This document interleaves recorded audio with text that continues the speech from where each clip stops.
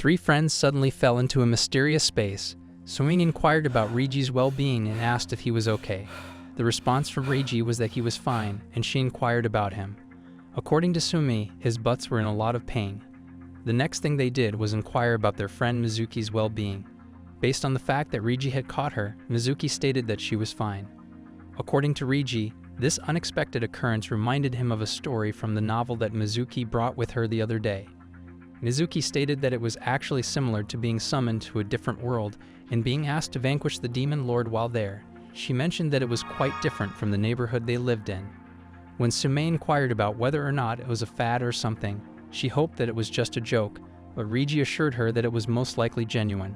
A pillar was punched by Riji, and it was easily destroyed as a result. He shared with Sumi that for some reason he was experiencing a surge of strength. Sumi, on the other hand, inquired as to what the hell had just taken place. Suddenly, Mizuki became ecstatic and declared that this meant that Riji was a hero. It was Riji who inquired about his friend's well-being. In their response, Mizuki and Sumi stated that they did not experience anything outstanding. After being in the predicament that they were in, Sumi inquired of Mizuki whether or not she was interested in learning random details about that novel and what transpired for them. The information that Mizuki shared with him was that they would press a unique button that would unexpectedly take them to the final dungeon. Sumi, on the other hand, advised her not to give him an answer that was completely unexpected right off the bat. On the other hand, Riji inquired about the possibility of their triumph over the demon lord. Mizuki informed them that it was possible that they would face a more formidable adversary or become involved in a civil war. However, she believed that it began with the higher-ups of the country that was located in the other world getting involved. They were startled when they became aware of the sound of footsteps. When Sumi asked them to be quiet because it appeared as though someone was approaching, two young women named Titania and Felminia suddenly materialized in front of them. Sumi asked them to remain silent. Titania shared with Felminia her belief that there was only one hero that had been called upon. This is exactly what Felminia said, so the answer is yes, but Titania observed that a large number of people had been contacted. Titania stated that she had never seen anything like that in any book that she had ever read, despite the fact that Felminia had suggested that it was possible that the other two had simply been dragged in during the summoning. Sumain had stated that it appeared as though they were also unaware of what was taking place. Mizuki also stated that this was a very horrible situation, and if it continued in this manner, the individual who was called apart from the hero would enter into a deal with a god of evil and fight the hero. On the other hand, Sumei deemed that to be absurd. I don't understand why something so outrageous as an evil god would be revealed. Despite the fact that Mizuki was not entirely certain about that, she assured him that she would not attack Riji if she were in that situation. However, Sumei cautioned her against making the assumption that Riji is the hero and that he would combine forces with the evil god in order to fight. Riji became frightened and inquired of Sumei whether or not he was truly going to enter into the agreement with the malevolent god. The attempt was made by Sumei to play a joke on Riji by stating that it appeared that the time had come to reveal the truth, which was that he had always believed that Riji was a weakling who ought to explode. Titania suddenly inquired as to whether or not she could interrupt. Her statement was that she sincerely apologized for bringing them here all of a sudden. Her name was Mizuki Princess Root Astel, and she introduced herself as the second child of Almadius Root Astel, the king of the Astel kingdom. She also stated that she was the second youngest child. Subsequently, she indicated Felminia and stated that she was the individual who had summoned them to this location previously. Felminia also mentioned that she was a court mage and introduced herself as Felminia Stingray. Therefore, Sumi reasoned she must be one of the individuals who had called them to this location.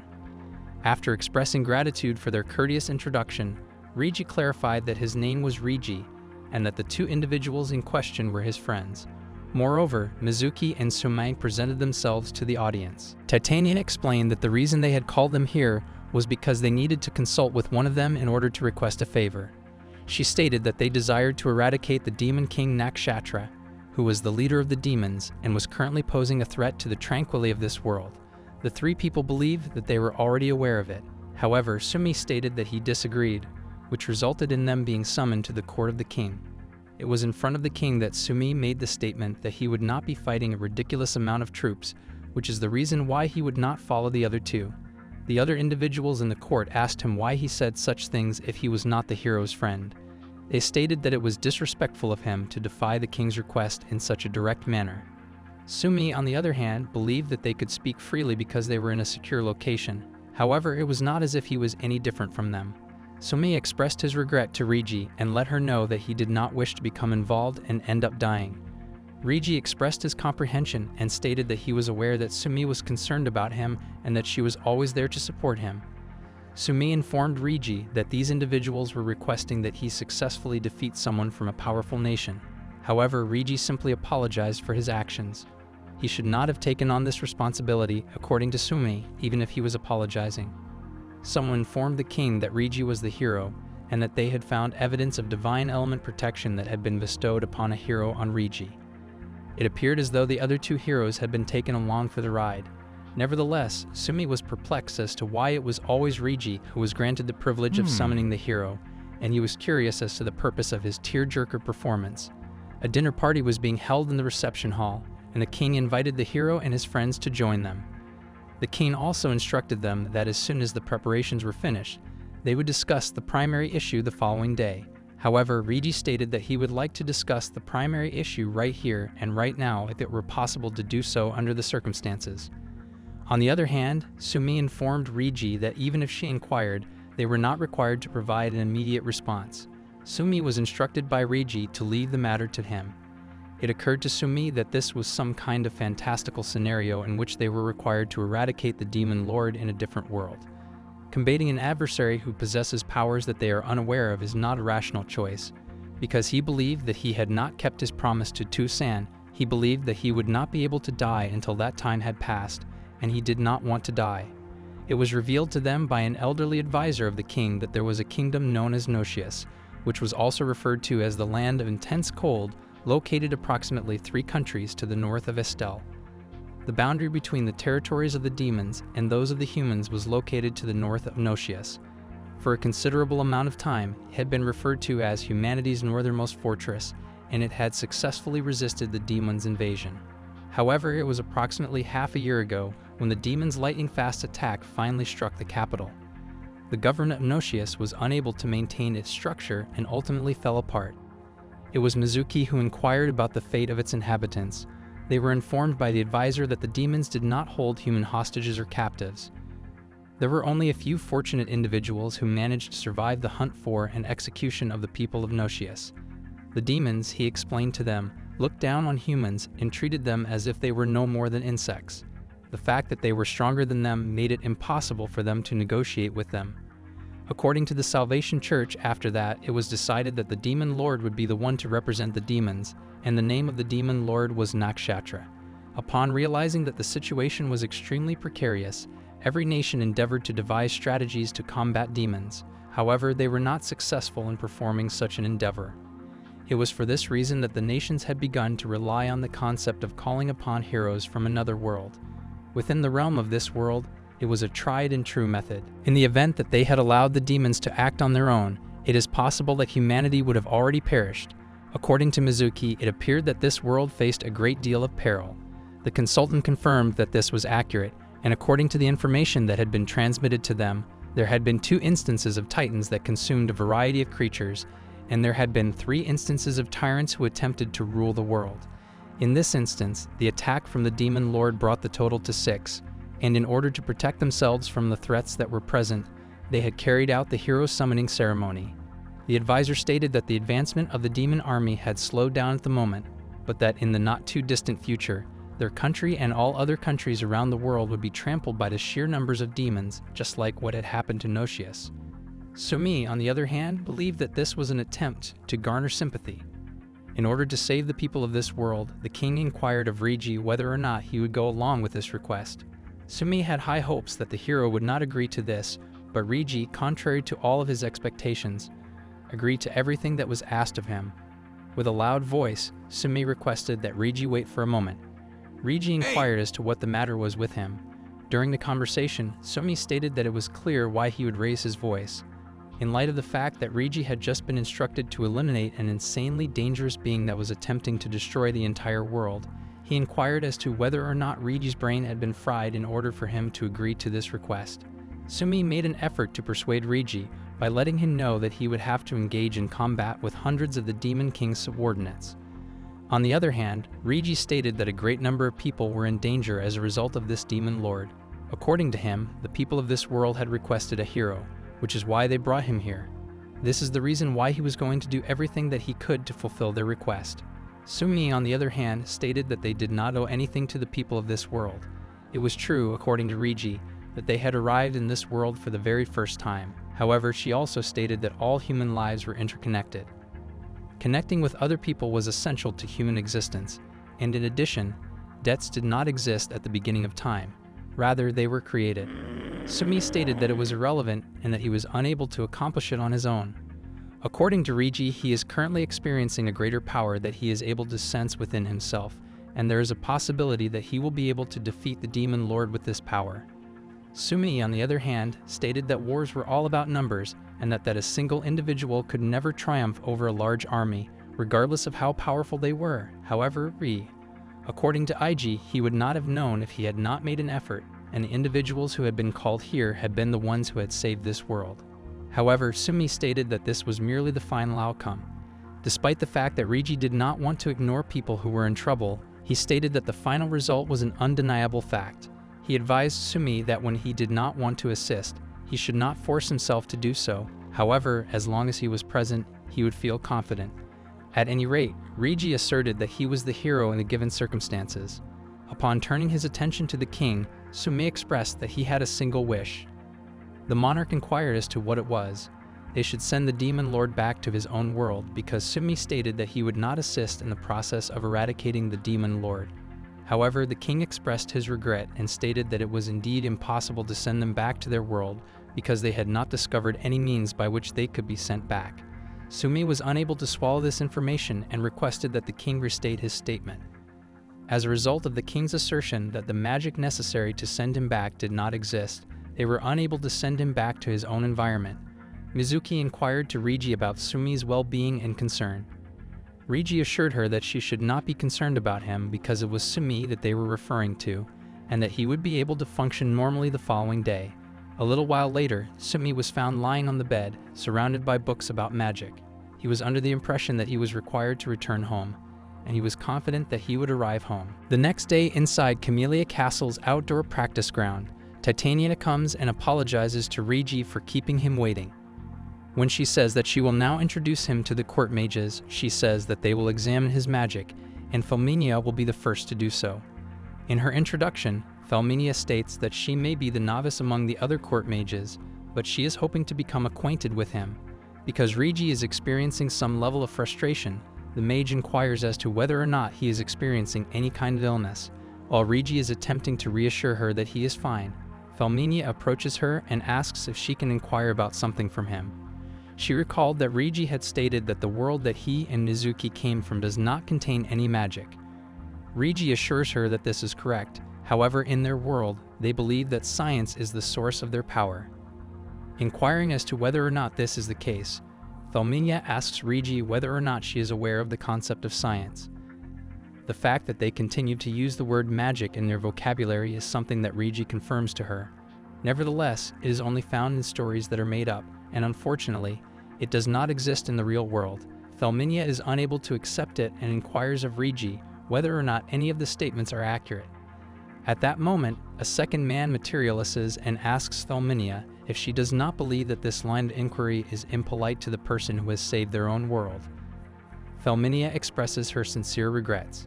Titania, on the other hand, claims that because this is going to be the first time that Reiji is going to experience magic, she believes that it would be wonderful if someone could provide him with this straightforward explanation of magic. Titania has expressed her belief that Felminia, who is considered to be the most skilled mage in the kingdom, is the ideal candidate for this position. It causes Felminia to blush when she learns that she is the best in the kingdom. However, the man who has just appeared expresses his disagreement with this statement and believes that he is more qualified to instruct the hero in magic than Felminia is. As Felminia's anger grows, she confronts the man and inquires as to whether he is suggesting that she is less skilled than he is in terms of magic. However, the man claims that even if he is like this, he still has a teaching position at a magic guild. Despite the fact that he has taught magic in the past, he has a certain amount of confidence in his abilities. He also claims that Felminia is very young, which means that she might not be able to catch up to him just yet. On the other hand, Felminia suggests that we conduct a test.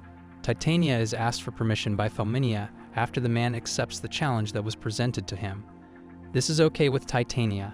They are able to demonstrate who is more skilled in magic and the explanations of it. As soon as the man casts a spell for the Rock Ridge magic, a large number of jagged stones materialize out of nowhere. This is what is referred to as magic, the man tells Reiji during their conversation. Through the use of this skill, he will be able to release his powers by moving the elements that carry magic that make up this world. Additionally, by thinking about the land, he will be able to do the same thing. In contrast, Felminia emphasizes how abstract this is. It is stated by her that Reiji has come from a world that does not possess magic, and he anticipates that he will acquire knowledge of magic and the elements through this means. It is then that she asks the man to take a closer look at the small flame that she has created on her hand. She initiates the casting of the spell, and in the blink of an eye, flames begin to dance in her hands. After that, she finally casts the attack True Flare with all of its power. Mizuki is astonished and stunned to see this, and she inquires of Reiji whether he witnessed Felminia casting the spell in such a smooth manner. In addition, Reiji is astonished and believes that this is genuine magic. Felminia explains to him that the power of the elements is the power that all creations possess. Different phenomena are brought about as a result of it, such as the heat that emanates from Felminia's and the sensation of a gentle coldness that comes from touching water. Her assertion is that he can acquire their abilities if he imagines these things in the right way. Reiji's hands begin to light up with a small flame as Felminia asks him to just imagine the overflowing versatility of the magic power that resides within him. Felminia then holds Reiji's hand and asks him to imagine it. On the other hand, the man stands up, declares that the conflict is not yet over, and charges Felminia, the tornado flare that Felminia uses to defend herself against the assault. Reiji enters Sumi's room, where he is still sleeping, and tells him that Felminia is the most incredible person in the world. Sumi is informed by the Reiji that he ought to have included himself in the group. On the other hand, Sumi asserts that this is not possible and inquires as to whether or not Reiji has forgotten that he upset the king in front of him. Reiji claims that he is able to recall that, and that it was a terrible mistake. Felminia is a good teacher, according to Reiji, and it appears that she was the youngest of the court-appointed mages. Sumi is shocked to learn this information. Titania revealed to them that Felminia had achieved the truth of magic when she was 15 years old, demonstrating that she possessed promising talent within their land. She explained to them that no one had ever been able to reach the white flames that burn everything, but Felminia proved that she was capable of doing so, which is why she is referred to as White Flame. While Sumi was drinking the hot beverage that Mizuki had brought, Reiji is questioned by Sumi about whether or not he was able to use all of the significant magic. The attempt is made by Reiji to demonstrate to him the magic that he has created, which is capable of producing flames. Sumi tells Reiji that he is truly a hero in its truest sense. The information that Reiji imparts to him is that he is being instructed in swordsmanship and martial arts in a gradual manner. In the near future, Reiji will be able to compete with Felminia on an equal footing, according to Mizuki, who says that Reiji is incredible. At that moment, she recalls that the afternoon practice is about to begin, and that it is almost time a moment ago. Reiji is dumbfounded by the fact that it is already that late. They express their regret to Sumi and inform her that they are about to begin the afternoon practice. They also suggest that Sumi should not just remain in this location and go for a pleasant stroll. When Sumi lifts the cover off the books, he thinks to himself that he is relieved to be able to read the writings about the hero's summoning powers. This occurs as his friends are leaving. He has extracted the majority of the texts that appear to be pertinent from the archives of the castle. However, as was to be expected, searching through books will not yield any results. The investigation requires him to return to the location. The fact that Sume has not been caught up to this point is, in all honesty, something that Sumi considers to be quite suspicious. Considering that he is making an effort to avoid being discovered, working outside is somewhat incongruous for him. Suddenly, he finds himself disoriented as he looks into the empty hallways and wonders if the level of security in this country is adequate. Therefore, he has no other option but to go outside and inquire with someone first. As soon as he sees Felminia approaching, he inquires of her whether or not she is Reiji's instructor. After introducing herself, Felminia inquires of Sumi as to why he is present in this location in the first place. Sumi makes an effort to convince everyone that he is simply strolling around as a change of pace. Felminia says that it is wonderful to have a change of pace, but because he is not yet familiar with the path inside the castle, it is best for him to ask someone to accompany him if he is going to go outside. According to Sumi, he will remember to keep that in mind. Sumi tells Felminia that she is able to show him the way to his room in the event that he becomes disoriented, but Sumi declares that it is not a problem. As a result, Felminia approaches Sumi and inquires about the possibility of posing a question to him. She inquires about the reason behind his refusal to defeat the Demon Lord, stating that the hero is his friend, but he is not cooperating with her, despite the fact that she is a female. On the other hand, Mizuki is ready to assist Reiji, and the king has provided him with a comprehensive explanation of everything. With a straightforward response, Sumi explains that he simply does not wish to put himself in danger, which is the reason he chose not to accompany them. Felminia expresses her disapproval of the man in question. As a result of his impertinently allowing his friend to do all of the work, Felminia accuses him of being a coward and acting all seductive. It is not appropriate for him to refer to himself as a hero's friend. While Sumi is putting that aside, she inquires as to whether or not she does not believe that it is more natural to decline. All of a sudden, they have been summoned to a location that is unknown and asked to engage in combat. To a normal degree, that is how the majority of people would respond to it, even if he was called here through the use of hero summoning. Felminia inquires about it. According to Reiji, he did not come here for his own benefit. Rather, he is merely a victim who becomes entangled in an accident that they have caused. Despite the fact that he is not aware of the thoughts that they have regarding the summoning of their hero, he does not bear any responsibility or obligations towards them. Sumi is asked by Felminia if this indicates that he did not have any obligations whatsoever towards the hero and Mizuki. Felminia responds by saying that she does understand his point of view. In spite of the fact that he is aware of all of this information, Felminia continues to maintain his answer, stating that it is true that the reason he is not on the same page as those two is because he is lacking in virtue. She describes him as a man who was completely helpless. Despite the fact that he did not possess any redeeming powers, he still had the potential to make a contribution. Another two people are doing everything that they can to help, despite the fact that she is getting angry for the sake of Reiji and Mizuki. Sumi is unable to believe it anymore. Initially, he believed that she was merely advocating for her beliefs, but to his surprise, she is a very good person. Sumi expresses her regrets. Felminia yells at him and inquires as to whether or not he is paying attention to what she has to say. Sumi, on the other hand, claims that he is able to hear her even if she does not yell. In addition to expressing her regret, Felminia promises that she will correct his foolish attitude. Sumi inquires as to how he found out about that and whether or not she is going to do that. The robe that Felminia wears is wrapped around her head, and Reiji is using some kind of magic to accomplish this. Sumi responds to Felminia's inquiry about what he has done by stating that he is doing nothing but standing here rather than doing anything. It appears that Felminia is completely entangled in her own body. As far as Sumi is concerned, he has no other option but to assist her. After removing the robe that was covering her head, he inquires as to whether or not she is unharmed. Sumi is perplexed as to how she managed to get so filthy. When he has finished cleaning Felminia's face with the small handkerchief that he has pulled out, he remarks that she is a handful. Upon coming to this realization, Felminia becomes enraged and inquires of Sumi as to what he is doing. According to Sumi, he was attempting to assist her because she was in a difficult situation. On the other hand, Felminia inquires as to why he did that because she did not request assistance. Sumi responds that if he allowed her to continue in that manner, it would be a terrible waste of her adorable face. As a result, he cleans the dust off. Felminia is overjoyed to learn that he appreciates her beauty and wonders if she is truly adorable. What is the matter? Sumi inquires. It has been stated by Felminia that she has reached her limit and that she has other things to do, so she will leave at this time. Sumi inquires about the possibility of guiding him forward. Felminia tells him that if he wants to go to his room, he can either go straight down the corridor and turn at the end, or he can just ask someone else to go to his room. Subsequently, Sumi is pondering the fact that he could have been more interested in learning how to get to the location where they were summoned rather than his room. On the other hand, as Felminia is leaving, she tells him that she retracts everything she said about Sumi being foolish and, more importantly, that he should keep in mind that she will one day return this humiliation to him 100 times, and that he should never forget this.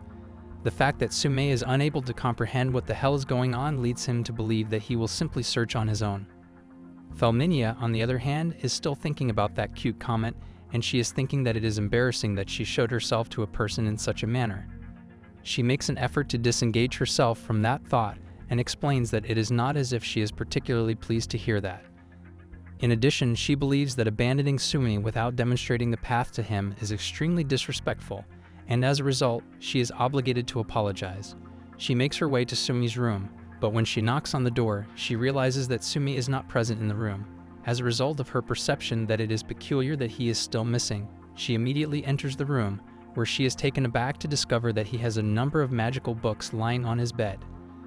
There is a possibility that he is looking for information about the location from which he originated. While this is going on, Sume has at long last located the room through which they were summoned, and he is prepared to conduct research once more today. And Knight is patrolling the hallways of the palace, wondering if this will end soon. He has a strong suspicion that there is no one who would be so foolish as to attempt to assault the castle where the hero resides. From the very beginning, is there any significance in safeguarding a hero who is capable of engaging in combat on an equal footing with the leader of the knights? He is startled to hear voices emanating from the summoning room, and he inquires as to whether or not there is anyone present. It is possible that he has already examined it a short while ago, but he is unsure. Despite the fact that he is curious about the possibility of an intruder, there is no way that the high-level security magic tool that Haken developed for the country could be destroyed so easily. As soon as he has entered the summoning room, he observes that there is no one present. It seems to him that he was frightened for no apparent reason. Concurrently, Sumi is concealing herself behind him. When the knight leaves, he believes that he has cut it too close, but he also believes that the knight will most likely forget about it by tomorrow. At this point, the most significant issue is that this knight is under the impression that they have inserted an automaton into this space. Sumi believes that this was not present during the previous visit. What kind of harassing behavior are they currently engaging in? The magic that it takes in from its surroundings is absorbed by this type. It is Sumi's opinion that its defenses against magic and physical attacks are quite effective. However, he believes that it is a positive thing that it is not on a level that can cause someone to die. The thought occurs to Sumi as she takes a piece of armor and wonders what Felminiet is actually thinking. In spite of the fact that he is unable to assert that she owes him something, she is determined to exact revenge on him 1,000 times over. However, he is of the opinion that in a world that is in a state of chaos, it is appropriate for a mage to kill those individuals who have the audacity to invade their research area. Sumi, on the other hand, only needs to make preparations for an appropriate countermeasure, such as repairing this armor, if this is indeed her intention. He casts a spell that includes both restoration and reconstruction, and with the snap of his fingers, the armor is brought back to its original state. For better or for worse, Sumi believes that things have returned to normal. At this point, the issue is the magic circles that are located in the summoning room. It is through his correspondence skill that he is able to touch the magic circle. However, he is not yet familiar with the technique. It is not for protection that the outer circle is there, rather it is for support and willpower. His only concern is figuring out how he can get back to his house. While this is going on, the king is speaking to Felminia in the audience room of the palace. He is telling her that the hero and Sumi are both important guests of their country, and that they cannot be harmed under any circumstances. Felminia contends that she did not cause them any harm, and she also mentioned earlier that Sumi is behaving in a manner that is quite suspicious. In spite of the fact that he is working around the castle and even managed to get his hands on a large number of books from the archives, she claims that he is giving the impression that he is locking himself away in his room. It is possible, according to the king, that he is attempting to learn more about this world in his own unique way because he is unable to return to his own world. Further, it is not forbidden for him to enter or exit the castle at any time. In the conversation with the king, Felminia reveals that there are indications that Sume entered the forbidden archive of the castle as well as the summoning room. These locations are inaccessible through the use of simple magic, but Sumi was able to enter them with relative ease. Felminia also reveals to the king that she was informed by the hero that magic does not exist in their world. However, on the day that she called them, she had a feeling that Sumi was employing magic. There is a possibility that the dignity of the kingdom will be compromised if they allow him to remain, and she has stated that she will reprimand him as required. On the other hand, the king has stated that there is no need to interfere with him providing that he does not engage in any behavior that poses a risk to the kingdom. The question that Felminia then poses is, what is your opinion on the restricted archives? Considering that the king has stated that they are historical documents and maps, it is acceptable to do so, just like the summoning room. Because of them he was called, and since he is unable to go back to his house at this time, they are obligated to at least allow him to come down. It is possible that he will discover clues that they had ignored in the past. Although Felminia is in agreement with the king, she warns that if they allow him to do whatever he pleases, it could have a negative impact on their majesty's reputation. Felminia is asked why Sume is on her mind so much, and the king responds by telling her that what cannot be cannot be. The king says that he does not personally care about the situation. After stating that she comprehends, Felminia exits the room where the audience is present. According to her, being a young genius is a very challenging endeavor. When she is walking down the hallway, she is stopped by someone who tells her that there is something that they have to tell her about as soon as possible without delay. If it is about Sumi, Felminia inquires about it. While in the room where the summoning takes place, Felminia takes notice of the armor and is taken aback to discover that it is completely broken. He is concerned that Sumi is plotting to cause harm to the king, according to the person who informed her about this. It appears that Sumi is not the only one wandering around the castle, but he is also afraid of him. According to Felminia, however, it is possible that he is making hasty judgments. However, this unknown individual claims that it appears that Sumi is harboring a significant amount of resentment towards the king because he is unable to return to his world. Furthermore, this individual claims that he has overheard Sumi uttering abusive language while saying that they will see each other one day. According to him, several of the anti-intruder magic tools that Felminia had set up were destroyed, particularly the one that was located close to the king's sleeping quarters on the premises. Additionally, there were a great number of people who have reported seeing Sume in that area. Following the hearing of all of this, Felminia is initially surprised and then shocked.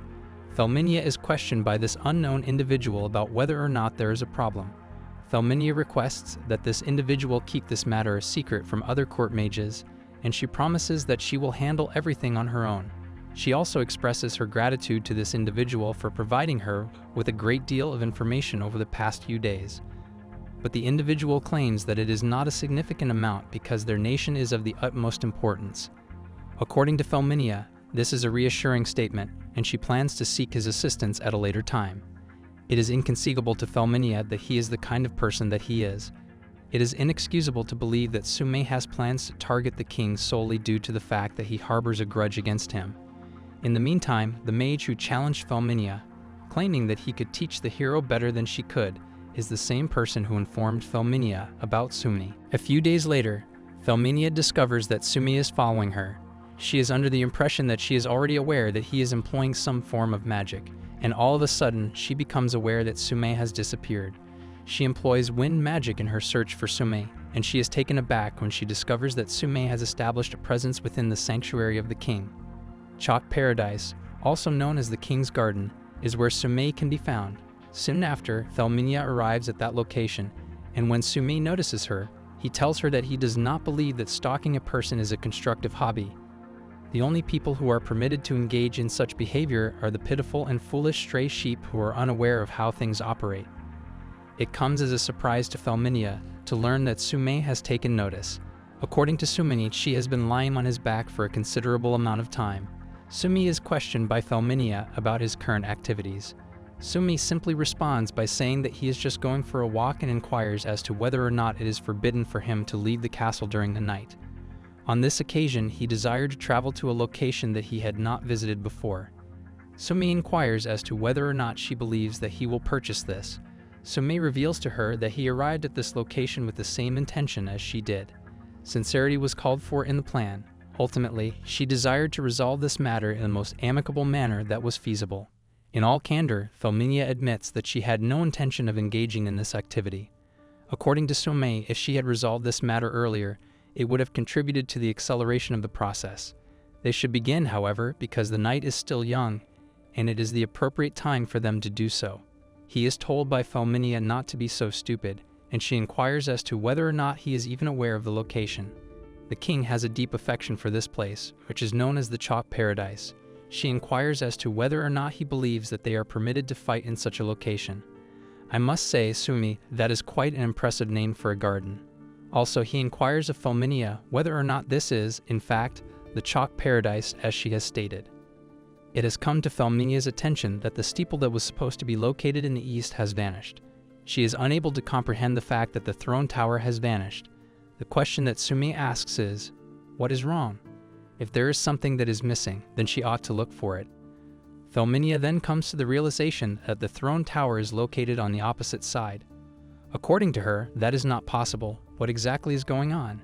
Sumi asks her if she understands now that this is not the chalk paradise that she is familiar with. Felminia tells Sumi that she is unable to believe what is happening and asks him to stop playing with her. Sumi, on the other hand, questions why the steeple on the east side is now located on the west side if this is indeed the case. Apparently, this is a phantom road, according to Sumi. Felminia is simply unable to accept this. According to Sumi, he has constructed a barrier, and you are currently in an illusionary world in which everything is a reflection of itself.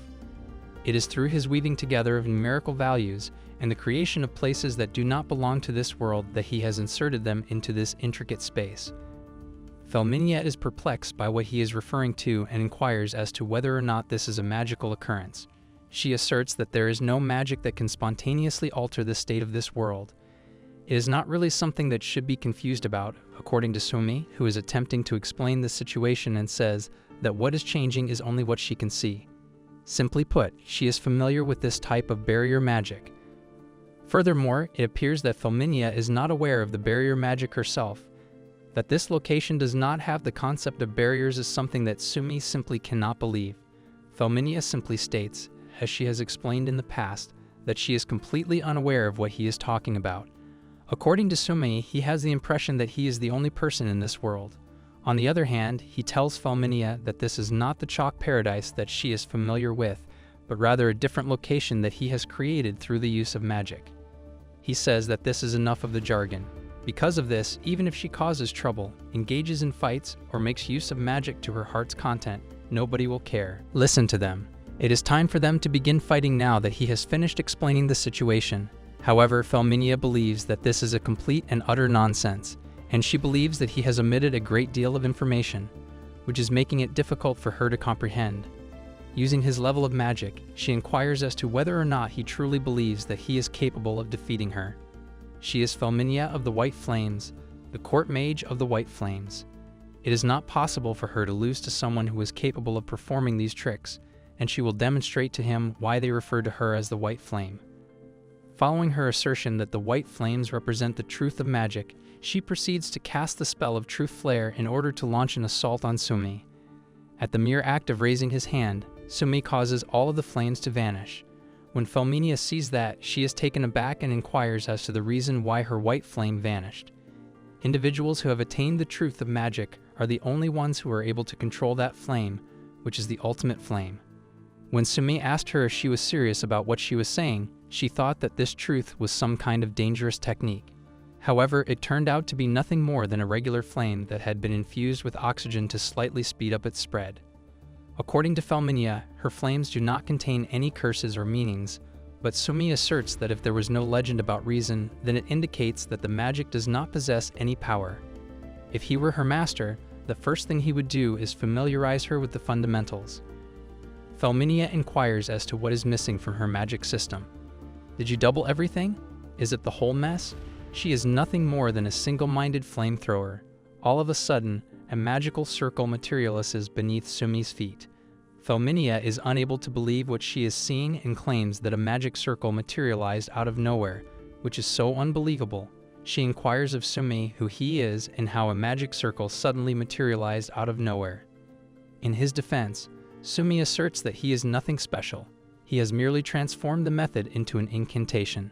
Felminia claims that he is not a typical person. How is it possible for him to behave in such a manner? Sumi is incapable of accepting the fact that Felminia is unaware of it, and she inquires as to what the problem is with the magic in this world. He goes on to explain that he has activated it, and that once he constructs a portion of the technique, there will be interference in the world automatically. Additionally, the foundations of the magic will come along with it even before the magic circle forms. After that, the magic circle will automatically activate, enabling him to use the magic immediately. He asks Thelminia if she understands this, but she responds that it is not possible for her to understand it. She is informed by Sumi that she has just witnessed him performing that action right in front of her eyes, and she is informed that if she is unable to acknowledge the truth that is in front of her, he will not acknowledge her as a scholar of mysteries. Simply put, he believes that the use of magic is significant in a swipe, but this location is a fantastical world filled with swords and magic. He makes the assumption that the world is a great deal more fantastical than this one, according to Sumi. It has been stated by Thelminia that they are able to simplify magic, and they even possess magic that does not require an incantation. The question that Sumi asks is whether or not even that is considered a high level for her. Sumi is of the opinion that large spells are a different story altogether. He then asks Thelminia if this is an incredible experience for her, and then he snaps his fingers to create a massive flame. When Thelminia discovers that there are no incantations and not even a keyword, she is taken aback beyond belief. On the other hand, Sumi considers this to be bogus. After that, he utters the words Archaeus Overload, and he is engulfed in a blaze of intense flames. Thelminia is under the impression that his strength in magic has increased. It has been stated by Sumi that he has stopped explaining things and does not feel like responding to her inquiries any longer. Thelminia, on the other hand, is contemplating the events that are currently taking place in front of her. Following that, Sumi informs Thelminia that it is now his turn to speak. He believes that in comparison to him, the hero or even the demon lord who is about to bring destruction to the world, he has not properly introduced himself before. He also claims that ever since he has arrived here, he has not done so, but he will do so now because she is unique after all. He tells Thelminia that he is Yakaji Sumi, a mage and a scholar of mysteries from modern Japan, and he is taking the mysteries to attain the logic behind this world. Thelminia casts a spell of truth flare. Sumi defends himself by forming some magical shields and engaging in a counterattack against the attack. As she casts additional flames, Thelminia declares that she is not yet finished. The swift movement of Sumi brings him closer to Thelminia, and he then snaps his fingers to unleash a massive assault on her. When Thelminia asks him how he is able to use magic so effortlessly, she is curious. She is referred to as a third-rate magic user by Sumi, who claims that she will lose if she is unable to carry it out. He inquires as to whether or not she intended to engage in a battle that was based on turns. Taking something out of his coat, which eventually transforms into a sword, he does so. The attempt by Thelminia to defend herself against his assault by casting a spell is unsuccessful because Sumi is able to easily avoid it. According to Thelminia, even if he is a mage, he is still attacking with a sword. What does it matter if he does, Sumi says. When they return to their world, it is imperative that they acquire skills in close-range combat. Despite the fact that she has used magic, Sumi claims that she has not separated herself from him in any significant way. Sumi easily stops the attack with his sword and says to keep the incantations short and draw the power from the meanings behind them. Thelminia casts a spell of flames to become the well that pierces all and rends, but Sumi is able to stop the attack with ease. The concept that longer spells are more effective is already completely out of date. After being reflected off of Sumi's barrier on the sword, Thelminia's flames attack her. According to Sumi, he prays that they are not yet finished. Instantaneously, a vast network of magical circles materializes itself on the ground.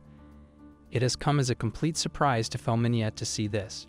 She is instructed by Sumi to protect herself with everything she possesses, and then Sumi utters the phrase "Heavens descend," which is followed by an explosion of significant magnitude.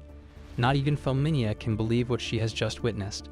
Sumi declares that he has won the battle by pointing his sword in the direction of Thelminia. Thelminia merely inquires as to whether or not he is a monster. Even though he possesses such a great deal of power, he would not engage in combat with the Demon Lord. Even if the Demon Lord were to join, it would be possible to defeat him. Sumi, on the other hand, inquires as to whether or not she is a fool. In the past, he has stated that the outcome of battles is determined by the number of participants. There is no way for a person to triumph over a large army, regardless of how powerful they are. They are not only fighting against the Demon Lord, but they will also have to fight against the demons that are under his command. In addition, the human force may be twice, 3, or even 1,000 times more numerous than the total number of these entities. Even if they are successful in acquiring a few elites and incorporating them into their strategy for combat, There is no assurance that they will emerge victorious if they take into account the odds. When Sumi is asked if he says all of that despite the fact that he possesses magic, Felminia asks him. She is informed by Sumi that in his world, this amount of power is barely average, despite the fact that they would not lose if they had that kind of power. The point he is trying to make is that their fighting strength will vary depending on the number of people they have. Sumi claims that he was aware from the beginning that the magic of the other world is too far behind, and to tell you the truth, he does not like the fact that the odds are stacked against the humans in this conflict. Sumi places the tip of his sword on Felminia's neck and informs her that she must now take responsibility for her actions by using her body. It is this time that Felminia asks for forgiveness, and she does so by kneeling down in front of him. She was willing to kill him earlier, but now she is pleading for her life, according to Sumi that came from within her. The statement made by Felminia is that she had no intention of killing him, rather she merely desired to discipline him. In the name of her goddess Al-Shuna, she makes a solemn oath regarding this matter. Considering that Sumi was an outsider, she was unaware of the significance of the words that she had spoken in the name of that god. It is claimed by Felminia that she did not wish to pass away. As a result of Sumi's perception that he has teased her an excessive amount, she requests that Felminia sign a document. Felminia inquires as to what this is. She is informed by Sumi that his first and foremost demand is that she never disclose to anyone what took place in this location today. In addition, the second demand is that he must never reveal to anyone that he is a mage. Felminia, however, claims that she has already informed the king that he is capable of using magic, and she asks what she ought to do at this point. Sumi responds that this is not much of a problem and asks how surprising it is that she believed she could simply take care of someone like him without having a backup plan. The document is finally signed by Felminia. In addition, Sumi informs her that she will perish if she violates her promise because she has already signed this document, mainly due to the fact that if the king found out about this, it would be very concerning. Sumi assures her that there is nothing complicated about the situation. All she needs to do is maintain her silence and act as if she is unaware of what took place today, and that he is a mage. When compared to engaging in a battle with the demon lord, Sumi believes that this is a more rational option. Felminia begins to cry and makes the statement that it is cruel. Sumi is contemplating whether or not he has gone too far and what he ought to do at this moment. He tells Felminia that it is the way it is, and she had better keep her promise. He also warns her that he will feel terrible if he ends up killing someone who could have protected themselves from the situation. Following that, he employs his restoration power in order to restore Felminia's garments. Immediately after leaving, Sumi reminds her not to forget about the conditions and then departs. Considering that they are so far behind in magic, Sumi believes that it is causing him to become confused. He is completely unable to comprehend what is going on in this world. In addition, he is of the opinion that if Felminia does not intend to kill anyone, then why did she position a golem in such a manner? He is of the opinion that he ought to investigate it. After a few days have passed, Felminia could be found in the living room of the king. Due to the fact that she has continued to keep an eye on Sumi, the king inquires as to whether or not this pertains to Sumi and inquires about his actions since then. As a result of her confusion, Felminia does not respond to anything. After noticing her nervousness, the king inquires as to whether or not something is taking place. The king requests that Felminia inform him of everything that she witnessed without omitting any single piece of information. When it comes to this matter, Felminia prostrates herself in front of him and petitions for forgiveness. After some time has passed, Sumi enters the room and informs the king that he has arrived on behalf of his servant. In addition to expressing his regret for calling him in the middle of the night, the king explains that the only people present in this room are the two of them. Sumi, on the other hand, asserts that he does not have to be so formal and that he can feel relaxed. After that, the king inquires of Sumi, "What is that thing that you are wearing?" While pointing to the long coat that he is wearing, Sumi claims that it is one of the few possessions he possesses and that in his world, this is one of the uniforms that he wears throughout the day. Sumi expresses his regret to the king for the unattractiveness of the display that he has caused. On the other hand, the king asserts that he has not caused anything that requires an apology and requests that he raise his head. After that, Sumi inquires of the king what it is that the two of them are required to discuss in such a confidential manner. In reference to Felminia, the king expresses his desire to inquire about its status.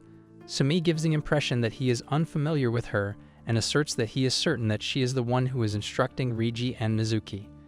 the king inquires about what he has done to Felminia. The king inquires of Sume whether he is able to provide him with the specifics of the events that took place between him and Felminia. In a humble manner, Sumi apologizes to the king and inquires as to whether or not he is certain that he would like to complete what he is about to ask. According to the king, all he wants to know is the truth, in spite of the fact that Felminia did not exhibit any indications of having disclosed anything. Sumi claims that she was able to convey that certain information to him. Sumi asserts that he is correct. He discovered that he was a mage prior to his arrival, and as a result, he made the decision to ensure that she did not speak up, and that was the only thing that transpired. On the other hand, given that she is unable to discuss it, he is curious as to how the king has come to obtain this information. According to the king, he asked her about it, but she was unable to divulge any information about it, so she was forced to remain silent. The conversation that the king had with Felminia is clear in his mind. It was he who had informed her that he had already anticipated that she would disobey his orders, and as a result, she is obligated to report everything that has taken place to the king. Felminia stated that she was unable to make any statements, so the king suggested that she should remain silent if her response is accurate, and if it is not accurate, she should tilt her head rather than speak. Sumi did not take into consideration the fact that she is, in fact, still adhering to the contract under the condition that she does not discuss it. Sumi, on the other hand, inquires of the king as to why he would be concerned with this matter. According to the king, he had the option of ignoring it. However, if he had chosen to ignore it, and she had died as a result, he would grieve for her because she is his retainer, which is the reason why he will protect her.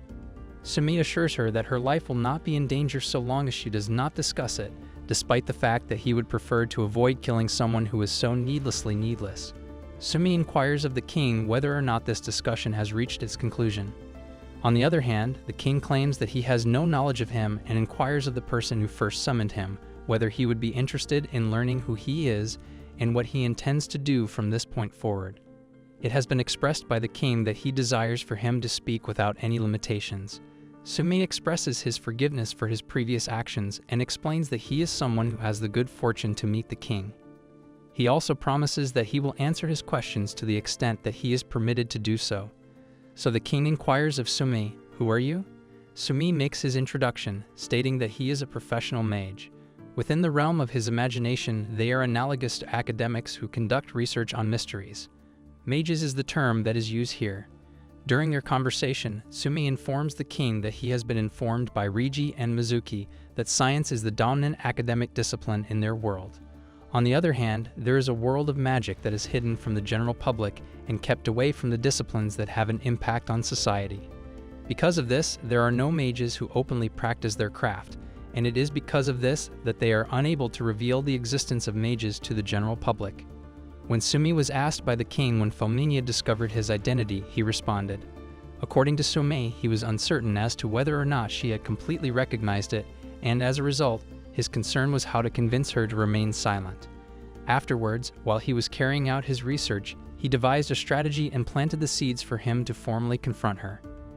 It was those well-made cavalry-looking things that she installed on those dangerous-looking automatons. However, she did not leave them alone. As a result of being attacked by it, he ended up destroying the spell. The king is of the opinion that it could be the golems that Mage Salmas has created. After that, Sumi says he realized that she was not interested in having a conversation with him. He is unable to deny the fact that he was a little bit prideful about himself. On the other hand, he is someone who is guided by magic, which means that mages have their own way of doing things. Furthermore, he does not want anyone to resort to violence as a form of retaliation. As a result of being compelled to enter this world, he is simply venting his frustration through this activity. While she is concealed behind a wall, Felminia is currently listening in on all of this conversation. As Sume has stated, that is the current state of affairs, so she can now relax. He informed her that he has no plans to ask her any further questions in the future. Felminia emerges and inquires about the interval of time since he discovered it. As Sume puts it, the real question is how he could possibly be unaware of it. Sume tells Felminia that he just told her not to do anything, and if she is a mage, she must remain vigilant until the very end of her life because she is one of those court mages that the nation admires. Felminia makes an effort to explain herself, but Sume tells her that he just told her not to do anything.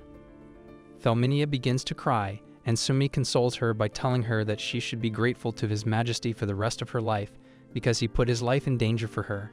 The king inquires as to whether or not they will have a conversation with the individual who is concerned. While this is going on, Rigi and Mizuki are out on the practice ground working out. According to Rigi, they will only need a little bit more training before they are able to leave. His surprise stems from the fact that Felminia has abruptly resigned. Mizuki also mentions that she wished to witness more magical occurrences. This makes the other court mage who volunteered to teach them happy, and she says that Felminia must have realized the importance of her actions and learnt from them. She had the idea that she should improve her magic skills a little bit.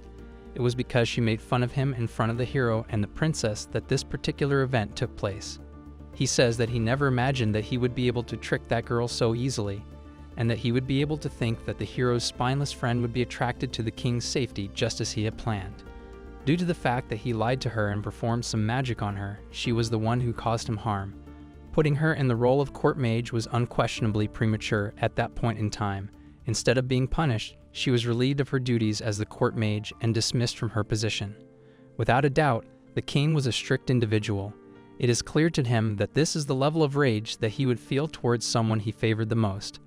It was very exciting to see the expression that she had on her face in the audience hall when the king announced that she would be fired in front of all the court mages. Then, all of a sudden, he hears Sumi laughing, and Sumi reveals that she was, in fact, acting very self-centered. According to Sumi, it appears that he is having a good time. Naturally, the mage responds by saying that if this is not enjoyable, then he does not know what that is. There is a lack of self-awareness and a lack of respect for Felminia. Through his efforts, he was able to successfully remove her from her role as a court mage. The next part is what Sumi wants to know about. There must be additional things that he wishes to express. The individual calls out Sumi's name, and Sumi responds by stating that it is his name. He also mentions that this is the very first time that they have communicated with one another. The mage is taken aback by his presence and inquires of Sumi whether he was able to locate him in this location. Sumi explains to him that it is nothing more than a straightforward magic trick, similar to the one he performed on Felminia. There is no way that the mage could possibly believe that. In his introduction, Sumi reveals that he is a mage and that he will be using his contemporary magic to resolve the issues at hand. Sumi says he kind of gets the big picture once he investigates a little, but because the magician is so loose about it, he has totally grasped the situation. Sumi says he is just using his plan to clear his grudge as a pretense for this, and by the way, he should not act like he knows nothing. The king already knows everything. The magician asks Sumi what proof he has. Sumi says he almost got him there, and says that he is the one who put those little tricks on the automata. The magician says he does not know and plays dumb. Sumi says to the magician, the one who made that was his master, and plus, he is specialized in golem manipulation, so there is no way they work like that. Sumi says that the king knows everything. Sumi says suddenly coming to kill him is such a pointless kind of harassment that it gives him a headache. But that was to be expected of the first plan he thought of for his selfish little revenge. The magician asks what he is planning to do with him now. Suddenly, the door opens and Felminia comes out and says that right belongs to the person most affected by this. Felminia says to think that this was all his doing. Sumi says she is their special guest and asks the magician what a turn of events it is. Felminia asks the magician to be quiet and says someone like him who inflicts pain on others because of nothing more than despicable jealousy is not fit to have the title of court magician, and she should expose his plan to the king. The magician suddenly attacks Felminia and tries to run away, but Sumi goes after him. Felminia says that she has to apologize to Sumi. Even if it was while she had been deceived, she has caused him trouble. Sumi also apologizes to her for his repeated impoliteness. Felminia says there is no need to say that. Sumi says it was his fault for sneaking around while trying to find a way to get back, so he does not blame her for making a mistake. Sumi also says that he went overboard on her. Felminia says again there is nothing he needs to apologize for. Not only did he forgive her recklessness, but he also even provided her a chance to give the mastermind the punishment he deserves. She is in no position to be apologized to. She just thought that he may have been a bit mistaken about her. However, they will leave this matter for later. For now, they have to focus on the magician who is trying to escape. Felminia says based on the route, it is possible that he is heading to the North Tower. Sumi asks, isn't that a dead end? Felminia says that it is because there is no entrance, and what is there is the room where they were called. They reach the summoning room, and Felminia says to the magician that he has nowhere to run, so he should surrender now. But the magician laughs and says that she is so naive. Did she think that he cornered himself in this room without a plan? He is a court magician who has a plan to break the stalemate. He pushes his staff through the magic circle. Felminia asks him what he is doing. That is the magic circle for calling the heroes from another world. The magician says indeed calling out things from another world means things aside from the heroes can also be summoned here. And of course, he is calling out something that can render the likes of her obsolete. The magician says it is enough, and just because she can use magic a bit more skillfully than him, she should not be full of herself. She stole from him the honor of calling the heroes and even burned him in front of many people, so she will have to pay with her life for this disgrace. Felminia asked the mage to hold his tongue because he is just a snoob who has become possessed by fame and fortune. Sumi inquired of Felminia if she was the only person who could make use of that. It was reported by Felminia that the Salvation Church and the Mage Guild have communicated to all court mages that they should get ready to use the summoning spell in the event that the mage who was assigned to call the hero experiences any kind of hardship. Nevertheless, the most important thing is that they must stop Seabass's submarine. Felminia questions Sumi about the reason he is not hindering Seabass. Despite the fact that Sumi stated that he is stopping him due to the circumstances, Felminia was unable to comprehend what he was really saying. The original spell has already been changed as a result of the submarine spell. Sumi stated that he is unable to stop it because he had been snapping his fingers earlier, but it appears that a powerful protective spell is embedded within the submarine circle. The protection it provides is not only against potential threats, but also against harm that may come from their end. Astonished, Felminia inquired as to if it was even against him. In response, Sumi stated that he too had a few things to say about that, and even if they were to stop him, if they were to forcefully stop the submarine at this moment, it would undoubtedly result in something that is beyond comprehension. People who came from other worlds were the ones who used the magic circle for the submarine design. To put it succinctly, it will evolve into a chaotic submarine that is capable of encompassing a world or dimension on the periphery. In the event that this occurs, a force that is resistant will emerge. If they try to stop the submarine by force at this moment, the force that is resisting them will be directed back at them because they have nowhere else to go. At the very least, Sumi predicted that the region surrounding the castle would be blown to pieces. According to Felminia, that is an unbelievable statement. However, what Sumi finds even more unbelievable is the fact that a single individual is capable of activating that extremely complex submarine magical circle.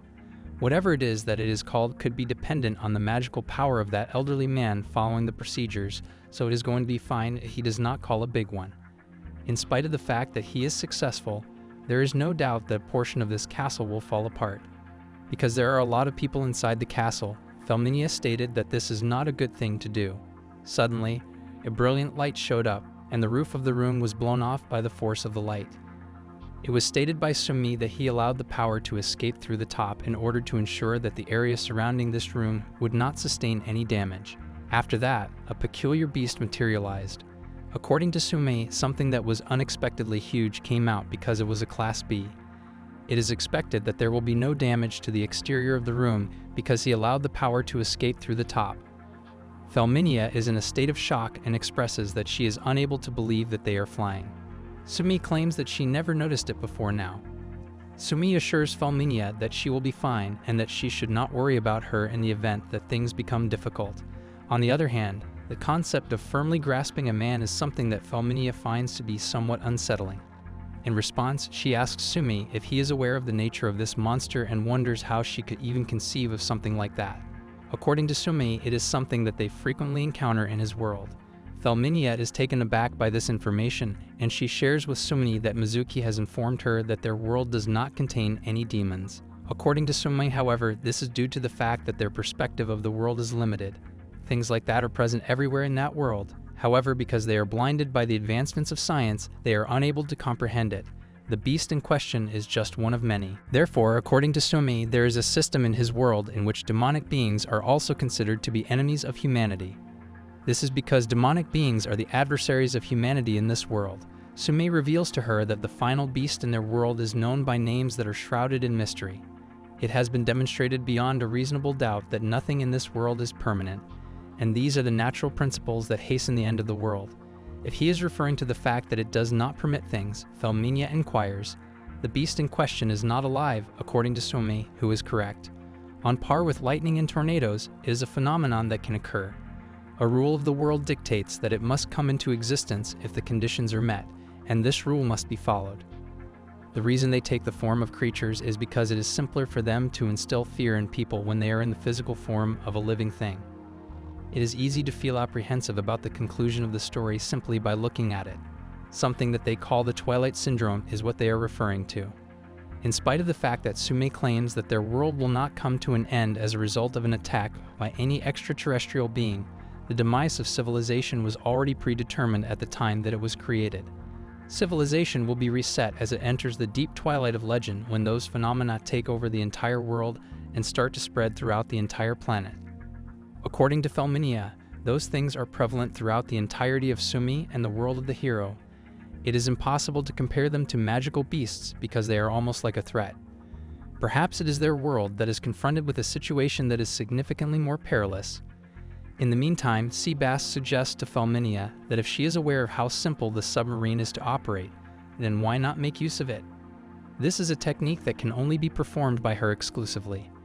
But Sumi claims that he is just repeating the same old lines, and he wonders if he has exhausted all of the interesting things that he could possibly say. However, Seabass claims that the magical beast that he summoned will now take care of him and the situation will be resolved. Sumi, on the other hand, asserts that this is absolutely not possible. Seabass gives the magical beast from another world specific instructions to consume his adversaries, but the magical beast does not carry out the instructions. It is Seabass who gives him the order to swat Sumi and Felminia once more. But there is no action taken. Seabass inquires of the magical beast as to the reason why he is rejecting his command. Instead of attacking Seabass, the magical beast becomes enraged and begins attacking Seabass. Felminia is also taken aback by this, and she inquires of Sumi as to the reason why it did not comply with his directives. She is informed by Sumi that the reason for this is due to the submarine circle that is located there, along with the techniques and circles. Basically, if they exempt themselves from the prerequisites in a contract, they gain the power to make whatever they summon subordinate to them, regardless of whether it is a phenomenon, a creator, or something else entirely. He inquires of Felminia if the situation is the same over here as well. Not only is that true, but Felminia also summons excitation petitions, possessions, and items that are not included in the categories. This submarine technique, which Seabass used, is equivalent to an excitation. However, the purpose of that submarine circle was to call upon Hero. As a result of this, the method that was required to position what was referred to as under control was not present because the images of Hero as a live being did not fit properly. It is explained by Sumi that the triangle was positioned in a circle in such a way that it was facing backwards. There is a phenomenon known as magic in which the words, the components, and the phenomenon that is governed by those components can go in the opposite direction. If the triangle in the submarine circle is used to express control when it is in the correct position, then it is used to express release when it is inverted. This is the most common use of the triangle as a symbol associated with the submarine circle. Another way of putting it is that this beast was allowed to enter this world. If there is any method that can be used to control this beast, Sumi will simply respond with a negative answer. Show Felminia our Sumi. Consequently, Felminia launches an assault on the beast by employing her white flames magic to cast a massive truth flare. The fact that they are going to take it down is not entirely obvious to Sumi's. However, Felminia's question is if the magic is useless against it, which is what he is attempting to accomplish. It is possible that spells are ineffective, but magical techniques do not have any restrictions of this kind, according to Sumi's. He then casts a spell that causes the magic circle to gather around Sumi, and he does this by snapping his fingers 3 times. Following that, he eliminates this circle by using his true blue decapitation skill, and the beast is gone in a matter of seconds. Sumi and Felminia both fall to the ground at the same time. Although Sumes assures Felminia that everything is fine at this point, Felminia is struggling to determine if this is truly magic. Sumi explains to her that mages are able to perform such extraordinary feats without relying solely on the power of the elements or the conditions of the environment. Through the utilization of the reason that he uncovers within all of his power, as well as the powers of his surroundings, he performs magic. On the other hand, Felminia is pondering if that is a mysterious power that individuals are able to acquire. She speculates about if she will ever be able to finish what she is doing at this point in time. It is not just that she has been preoccupied with terrifying things in a world that is more or less a world of arrows. Sumi, on the other hand, reveals to her that he is a scholar of mysteries, and that perhaps the objective of mages in this world is to recite incantations and become proficient in powerful magic. However, they are not the same. The objective of the mages of another world is to become omnipotent and to master the art of explaining how everything functions in their world. It is all for the purpose of becoming unrivaled by anything else in the entire human race. They have a completely different foundation from which their thoughts originate, in contrast to the foundation that a mage has. As a result of the fact that he is obligated to discover the truth about magic and grant the wish that his father was unable to make come true, he will unquestionably return to his work and seize control of the Akashic record. After that, Sumi realizes that Seabass is hiding among the mess in the room. Nevertheless, Felminia got in touch with Sumi and took his hand. She tells Sumi that there is no need to call her formally, and that she is amazed by the method that he used to defeat the monster earlier. She also tells him that she is truly amazed by the technique. She is so grateful to him that she cannot find the words to express how much she appreciates him taking care of the shortcomings of someone as unworthy as she is right up until the very end. According to Sumi, there is no need to be so polite and inquire as to if there is something wrong. According to Felminia, however, it is nothing, but the fact that it is being discussed is a little embarrassing. It dawns on them all of a sudden that there is someone standing over there. Inquiring about what has transpired in this location are a few of the knights from the castle. As Sume whispered to Felminia, he told her that it was inappropriate for him to ask her to do this. However, Felminia interrupted him in the middle of his sentence and told him that it would be best to wrap this up without telling anyone about what he had done, and he will carry out Sumi's wishes, and he has been successful up to this point. And as soon as the gods become aware of the existence of Felminia, they inquire of her what in the world could have occurred to bring about such a state of misery. At this very moment, Felminia informs him that Seabast has become a traitor and caused a disturbance, and that she has been forced to deal with it. The guard is instructed by Felminia to go and explain it to the king now that he has a better understanding of how things have transpired in this location. At the same time that Sumi is thinking that she appears to be quite capable, the guard notices that Mizuki, the hero, is over there. The fact that he happened to be present here, as stated by Felminia, implies that this is all that he needs to say about him. In addition, Felminia states that she is unsure of what Seabass will attempt to pull again in the event that he regains consciousness. Consequently, she has requested that the guard immediately subdue him in the event that this occurs. Felminia expresses her regret to the guard for asking him about this, and at the same time, she tells him that she is counting on him and asks if that is sufficient. Sumi is taken aback by her appearance and acknowledges that she is acting like a dog at the moment. Sumi expresses gratitude to Felminia, but she claims that it was nothing to be excited about. The reason is that she is unable to comprehend what has occurred to her. However, Felminia requests that they be allowed to return to the castle at this time because they are required to report this to the king. After some time has passed, the town is currently hosting a celebration of some kind. Sumi says to Riji that the time has come at last. He is informed by Riji that they are leaving. In spite of this, Sumi asserts that he appears to be quite carefree, whereas Riji asserts that this is not the case. In spite of the fact that it might not appear that way, he has given this a great deal of thought. It is possible that it would have been possible to answer the question of what was wrong back then. According to Sumi, it was a mistake. In their opinion, it was a mistake regardless of how they interpret it. That he is still saying that is something that Riji finds hard to believe, and she tells him that it is not the case. No matter whether he goes or not, the demon army will proceed forward regardless of his presence. The fact that they are unable to return means that there is nowhere for them to flee to. No matter what course of action they take, they will eventually be forced to engage in combat with the Demon King on some point in the future. Due to the fact that he is unable to state with absolute certainty that it is the case, it is imperative that they engage in combat with a variety of adversaries at this time. This will ensure that they are able to confront the Demon King when the time comes. In addition, this perspective, of course, also includes the vanquishing of the Demon King. Sumi inquires as to if he has taken into account the possibility that another individual could defeat the Demon King in the event that he flees.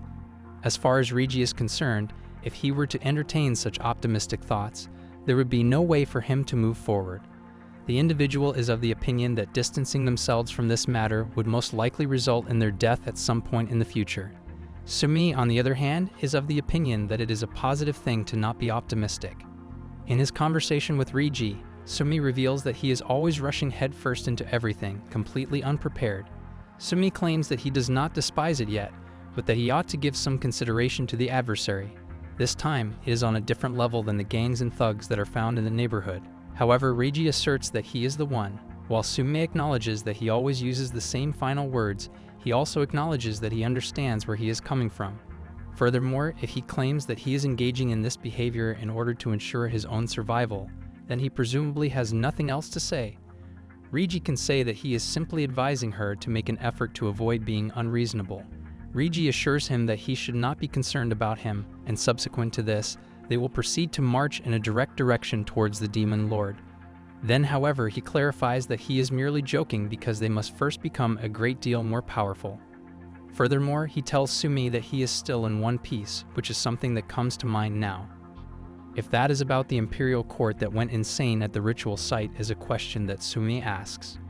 Although Sumi claims that he was not all that close to Reiji, Reiji claims that if he is not mistaken, Sumi was in the vicinity.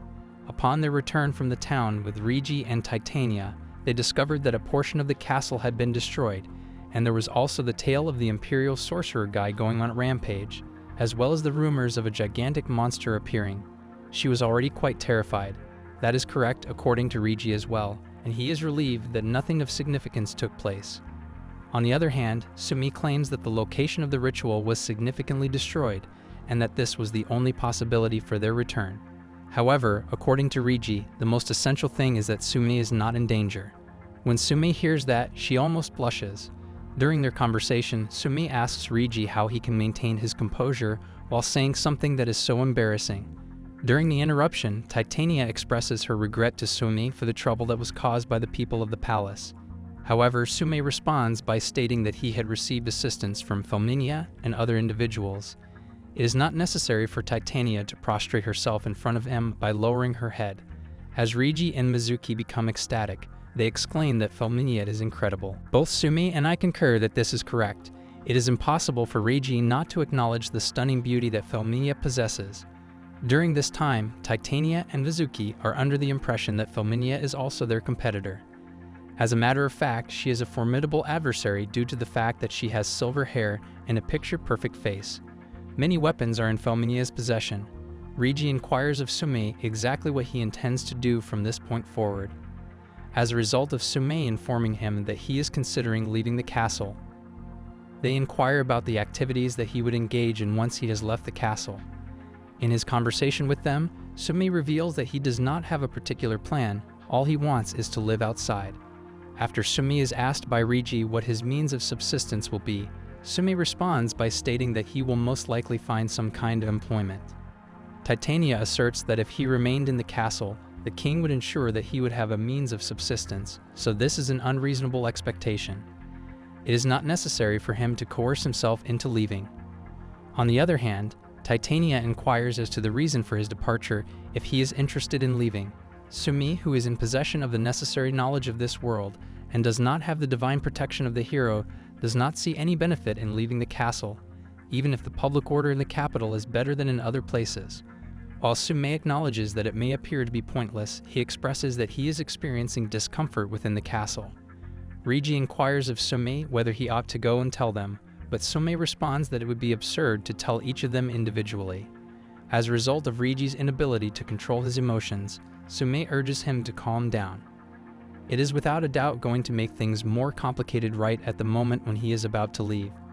Mizuki requests to know what Sumi intends to do with the money, despite the fact that Sumi claims that he is fine because he has a plan. However, Sumi claims that he will only sell his notebooks and other items, and all of them are written in Japanese. Sumi provides a shrewd response, stating that collectors will purchase them, and that they will be more expensive than usual. Those around Sumi begin to worry about him, and they inquire of him if he will be okay. In his statement, Sumi expresses his appreciation for her concern for him and everything else, but he believes that she ought to be more concerned about herself. Because she has acquired the ability to use magic, Mizuki assures her that she will be very well. The fact that Mizuki's magic is even comparable to that of the hero Reiji is another reason why Titania's statement is correct. Sumi, on the other hand, asserts that the mere fact that she learns magic does not mean that she will no longer engage in activities that she used to engage in the past. Mizuki becomes enraged and tells Sumi that he has made a promise to refrain from discussing the matter. In a mocking tone, Sumi asserts that her father is concerned about her well-being. A miniskirt, a red scarf, and fingerless gloves are the 3 items that she never fails to wear, regardless of the amount of time that has passed. Mizuki becomes enraged and, in addition to asking Sumi when he became her father, she also inquires as to the reason why he is acting as if he is crying. In addition, Titania becomes curious and inquires of Sumi if it is about something that occurred a very long time ago. Mizuki, on the other hand, cautions him not to tell anyone about it and tells him that it is one of those secrets that they will carry with them until the end of their lives. They are unable to take the chance that anyone notices it. Titania, on the other hand, claims that when she puts it in that way, she becomes even more curious. Sumi, on the other hand, inquires of Titania if it is acceptable for her to participate in the subjugation of the Demon King. Sumi is cautioned by Titania not to take her remarks lightly. She is someone who has studied magic in the royal palace, and she is confident that she will be of assistance to Rigi. Sumi asserts that the princess does, in fact, have an advantage when it comes to magic. However, what about the fact that she is the daughter of the king? Titania assures him that he should not be concerned about that matter because her father will be responsible for the government of the country along with his assistants and her esteemed brother, who will remain behind. Despite the absence of her, the nation will be able to function normally. Despite the fact that Sumi asserts that this is not the subject of his conversation, Titania asserts that this is the mission that has been delegated to her. Regardless of how resilient Rigi may be, she asserts that they cannot afford to let him handle everything by himself. It was necessary for him to have someone from their country accompany him in order to share the burden, and she was the one who was selected. She has already found the solution to this problem. In addition to expressing his regret for his impolite behavior, Sumi requests that Titania look after his companions. Titania reassures him that he should not think about them. Certainly, she will make certain that each and every one of them returns home in one piece. In addition to this, she reveals to Sumi that Rigi and Mizuki have become companions to her that cannot be replaced, and that one of their friends is also one of her friends. It is for this reason that she would like him to stop using such a formal tone and instead tell him that he is free to address her by her given name. Titania extends her hand to Sumi, and she tells him that the 4 of them are now friends. Sumi smiles and shakes her hand. On the other hand, Sumi is curious about if Rigi is also interested in returning. He is under the impression that he is already aware of the situation because Rigi will occasionally gaze at the sky and reflect on something. Mizuki is also crying in her room by herself, as she is very upset about the fact that they will never see their family members again. In addition, this particular encounter with them on the morning of that particular day would be the final time that they would see members of their family. Isn't that a cruel thing to do to them? Although Sumi believes that he is unable to tolerate such unfairness, he is confident that he will find a way to rectify the situation. When Rigi observes that Sumi is befuddled by his thoughts, she inquires as to if he is still talking about something and inquires as to if it is about them leaving. As Sumi begins to laugh, she asks him if he is serious and expresses her gratitude to him. He does not appear to be in need of concern at this time. You are wasting your time by saying something that could only cause Rigi to feel anxious. Both of them give each other a fist bump, and Rigi promises that he will give it his all. Sumi, on the other hand, is going through this line of thought in order to demonstrate that the notion that there are individuals who cannot be saved does not exist in this world. It is without a doubt that he will discover a way to return to his friends as well. It is recommended by Titania to Rigi that they depart at this time. Mizuki is assisted by Rigi in boarding the carriage, and she is asked to remain next to her. Moreover, Titania requests that Rigi pull her as well. Following the completion of the task that was requested of Rigi, the 3 of them are now prepared to depart from the town. Sumi is also of the opinion that he ought to leave them here. Sumi has bought some new clothes and now, no matter how someone looks at him, he appears normal by local standards. Finding the location of the Adventurers Guild is the next task to be completed. At the end of the day, it was nothing more than a completely routine task. However, he was still not anticipating receiving any form of payment. By bestowing upon him a few gold coins, the king has demonstrated his generosity. An individual with a mindset comparable to that of Sumi would not, under normal circumstances, be subjected to such extraordinary treatment. A comment made by the advisor to the king, who appeared to be unimpressed, stated that he would like to see more gratitude from Sumi and that he would be relieved to see him go. Sumi made an effort to refuse taking the coins, but the advisor's anger was only exacerbated by her refusal. Sumi was accused of making fun of the king's generosity, and he eventually coerced the king into accepting the bag of coins for himself. Even with someone like his advisor, the king desired for Sumi to have a favorable standing in the mind of the people.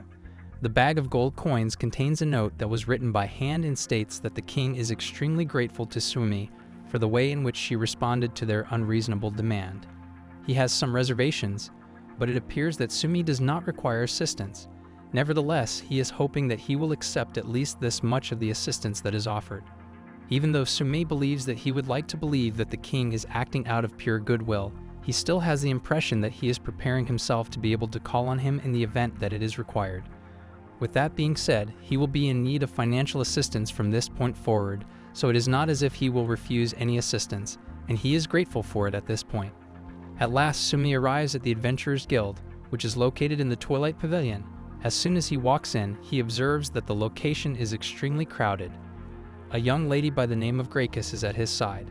Sumi is questioned by Gracchus about the frequency with which he visits this location. In an honest manner, Sumi reveals to her that today is his first day. According to Dagger, it is a coincidence, and she also mentions that today is her first day of work. Sumi appears to be a little uncertain as to if this is the appropriate location for applicants to line up. On the other hand, Gracchus explains to him that in that particular scenario, she does not believe that it should be a problem because it seems that there is a different counter through which individuals can accept requests. Sumi inquires of Gracchus if she is interested in pursuing a career as an adventurer. Gracchus admits that it is somewhat embarrassing, but being a fighter is the only thing she is good at, so she believed that this would be the best place for her to make money. The first thing that Gracchus does is introduce herself as Lephile Gracchus, and then she asks Sumi if he would mind if she shared his name. Sumi is taken aback and remains silent throughout the entire conversation. Gracchus, on the other hand, expresses her regret and explains that she was aware that he might be a little confused by the sudden introduction of someone into him, but that she does have a clear explanation for her actions. First thing this morning, as she was leaving for the Salvation Church, she received an oracle from the goddess Arshuna. The oracle told her that today, she would become involved with one of the people around her in some way. As a result, she is exchanging names with the people who are in close proximity to us. Sumi, on the other hand, may find that to be quite suspicious. According to Gracchus, that is correct. On the other hand, it does sound rather suspicious. However, it would be ideal if someone could recognize that. She is not bothered by it, but if a more devout follower had heard that, he would have been preaching to him at this very moment. Sumi states that he will be more cautious in the future and admits that he was a little bit thoughtless in his actions regarding the situation. Gracchus, on the other hand, has stated that she believes it is not really the responsibility of someone like her, who became aware of an oracle and immediately questioned it, to say things like that. It's hard to believe that her typical routine would bring her to something like this in such a short amount of time. Sumi inquires of Gracchus if she has been engaged in this activity throughout the entire day. In addition to being the 10th person, Gracchus asserts that he is correct. Sumi is informed by Gracchus that she was misunderstood as being improper. The individuals believe that she was inviting them to engage in an inappropriate activity. Sumi, on the other hand, believes that any man would be delighted if a girl of this physical beauty were to talk to him. It is Gracchus who tells Sumi that she would like to know his name, if it is not too much trouble for him to hear it. Because Sumi is under the impression that it is simply his name, he reveals to her that his name is Sumi Akagi. He inquires as to the frequency with which these oracles from the Salvation Church occur. Gracchus reveals to him that she is the kind of person who frequently attends church, and that individuals who assert that they have heard an oracle are not uncommon. However, actual concrete examples are scarce and difficult to come by. Sumi is of the opinion that a religious organization such as the Salvation Church could either distribute personal oracles for the purpose of moving the nation or distribute an oracle that could move the nation. In Sumi's opinion, that is very interesting. The statement made by Gracchus is that she is unable to comprehend what the god is thinking because it is extremely difficult to understand. At that moment, her name is called out at the reception desk, and she departs from Sumi, expressing her hope that his dispatch will be resolved as quickly as possible. A receptionist by the name of Dorothea greets Sumi when he arrives at the reception desk. She expresses her regret for the length of time that he had to wait and extends a warm welcome to Sumi as he enters the Twilight Pavilion. which is the Adventurers Guild's branch. Due to the fact that Sume has been looking around with a very curious expression, she inquires as to if this is his first time in this location. Like that, every first-timer is the same. She inquires of Sume whether he would be interested in making a dispatch today, but Sume responds by stating that he is interested in becoming a member of the guild. After hearing that, Dorothea is somewhat taken aback, so Sume reiterates his previous statement that he would like to become a member of the guild. Sume is asked by Dorothea to reiterate that statement once more. It is sufficient for Sume to convey to her that he is interested in rejoining the guild once more. After expressing her regret, Dorothea inquires of Sume if he is aware that this is the Adventurers Guild. As of this moment, Sume is perplexed as to what exactly is wrong with her. In the event that he is attempting to play a joke of some kind, Dorothea says that she would like to request that he leave as soon as possible because they do not have the time to play along with him. It is Sume's opinion that this is not the same as the novels that he has borrowed from. Surprisingly, a tall man named Roha materializes behind Sume and inquires as to if Sume has just stated that he is interested in joining. In response, Sume says that is correct. Sume, just like the woman who came before him, is interested in joining the guild.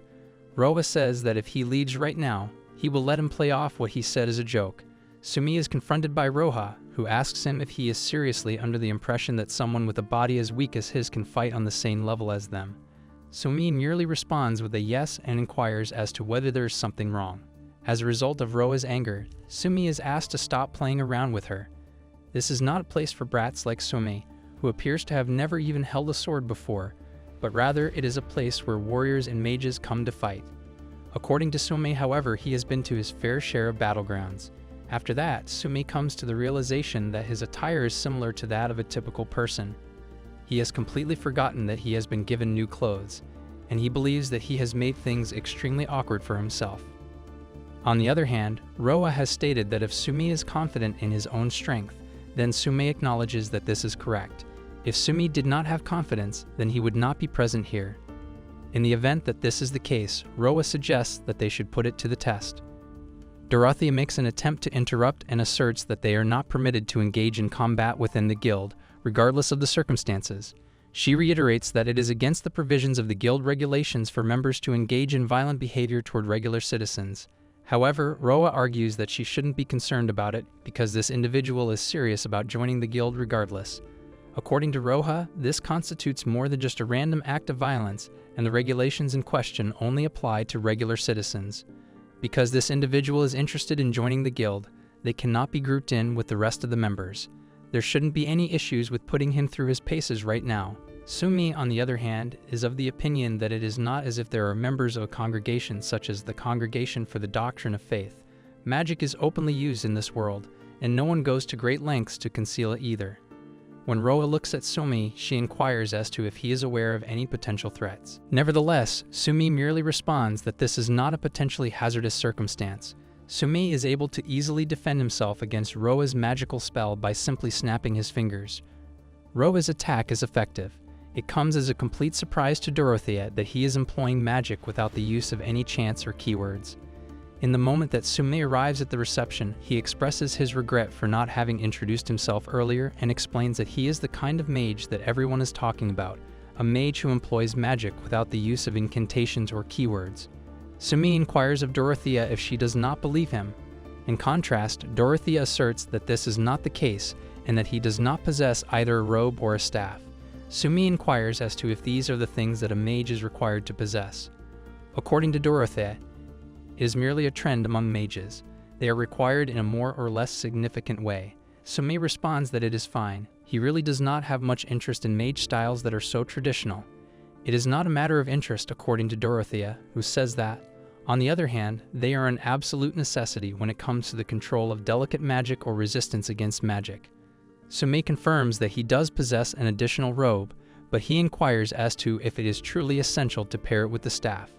Dorothea believes that it is acceptable to make use of magical items in order to assist with more complicated spells. However, when it comes to controlling simple magic, one ought to be able to do so without the use of any items. Those individuals who are unable to are regarded as being of a lower social class. Sume expresses his regret to Roha, whom he had been fighting earlier, and admits that he did not even take into consideration how significant his appearance truly could be. In addition, Roa asserts that it is not required. He, too, had made inappropriate assumptions. Sumi inquires of Dorothea if there should be any problems with his enlistment. In response to Dorothea's statement that there is no problem, she expresses her sincere regret for her impolite behavior. Sumi receives some papers from her, and she informs him that there are specific forms that he needs to fill out with the required fields. Dorothea takes a look at the submission forms and says, "I don't want to come across as impolite, but he has a peculiar name." It is something that Sumi is told quite frequently. He believes that even in Japan, his name was considered to be quite unconventional. She uses the word mage to describe her occupation, and she inquires of Sumi about the element he works with. If it is necessary to say, Sumi inquires, Dorothea explains to him that it is a rule because it represents personal information. They will not disclose it to any other individual. After giving it some thought, Sumi responds by saying that he is skilled with fire. As a result of Dorothea's surprise, Sumi is questioned about if the magic he used earlier was fire. She is informed by Sumi that he is also capable of using wind.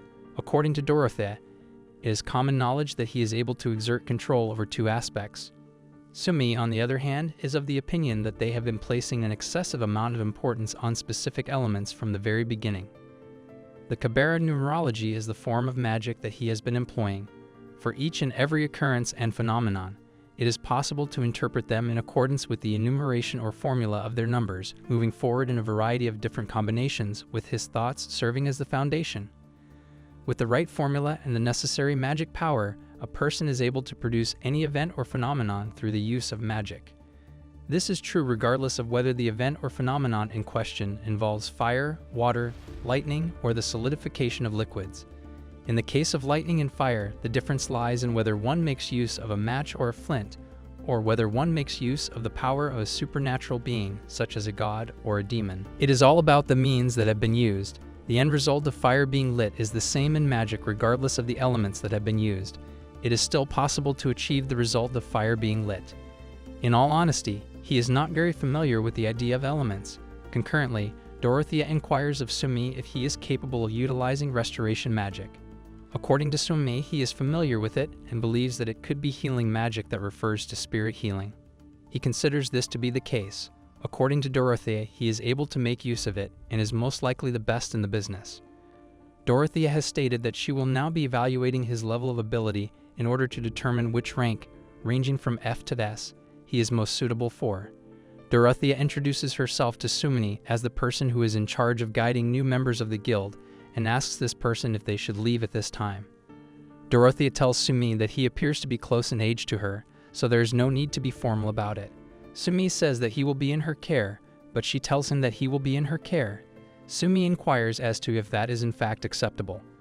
This is the response that Dorothea gives, and it is also the one that is more convenient to use.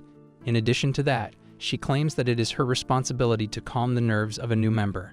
Apologies are extended to Sumi by Dorothea for unmouthner in which he was treated earlier. During their conversation, she reveals to him that Roa has a short fuse and has been losing his cool quite frequently as of late. Dorothea asserts that Roa's actions cannot be forgiven, despite the fact that Sumi managed to get away from him without suffering any harm. Sumi inquires of Dorothea whether on a regular basis there are pranks and mischief. In point of fact, Dorothea reveals to him that among the individuals who come to the counter, there are some who have the desire to be adventurers but do not possess any actual abilities. There are also people who are trying to join the guild with the sole intention of gaining benefits from it, and the number of people who fall into this category has increased over the past 2 or 3 days as a direct result of the entrance of the hero. As one would anticipate from someone who is referred to as a hero, Dorothea has a great deal of admiration for the hero and claims that he exudes an aura that cannot be adequately conveyed through words alone. In addition to this, she mentions that people have stated that he has the same upright and sincere appearance as the heroes who came before him. Sumi inquires of Dorothea and inquires as to if she believes the hero is capable of putting down the demon army. If the rumors that Dorothea has heard about the hero's power are true, then she believes that it is possible for the hero to possess such power. Sumi inquires about the presumptions that she has been told. Dorothea inquires as to if he is not aware of them, stating that the information regarding the hero's power originates from records of history and oral stories. a legendary sword skill that could cut a titan whose height pierced the heavens right in half, the flying black beast of a mage who would chase after insane tyrants, and the holy sword that cut the Devil King are all examples of the kinds of battles that have drawn heroes to their world on multiple occasions in the past when crises have occurred. These battles are said to have been tremendous.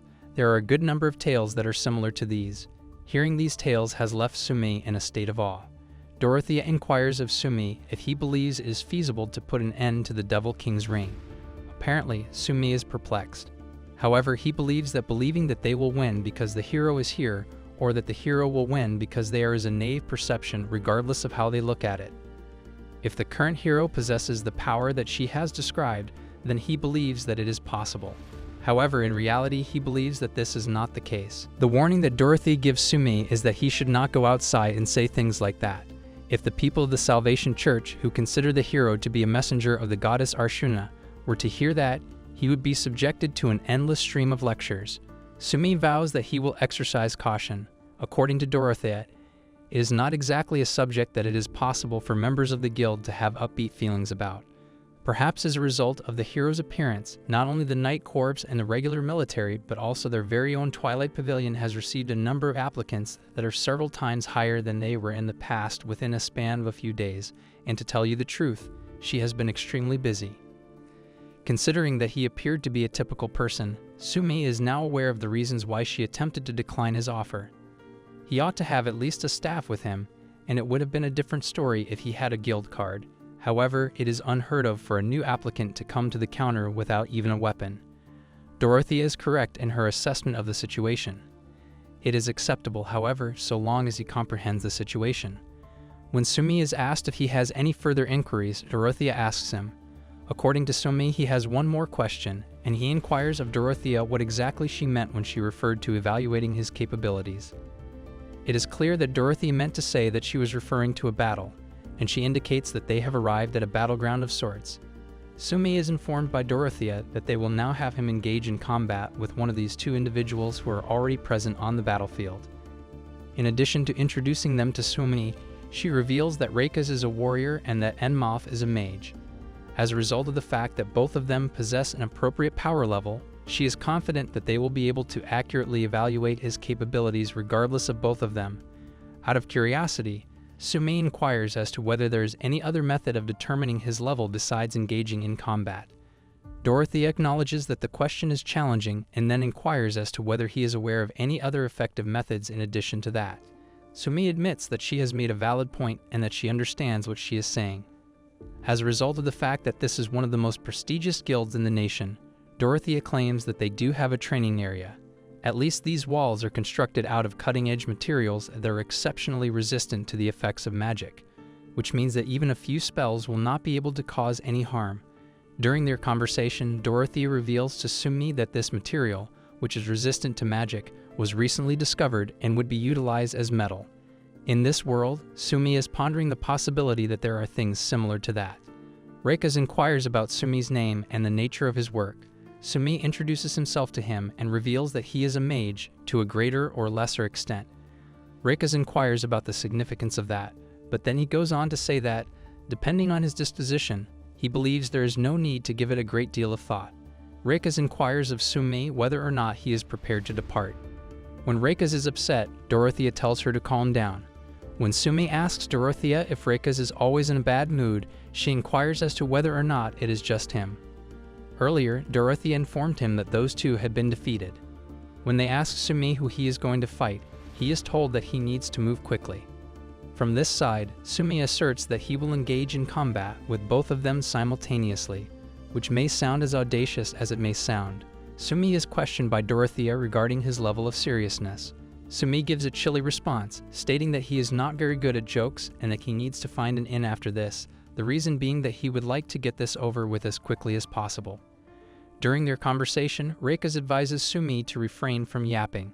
He explains that a person who is unable to accurately assess the strength of their opponent will have their rank severely reduced. As long as Sumi retracts what he said and chooses one of them at this very moment, he will not take responsibility for it.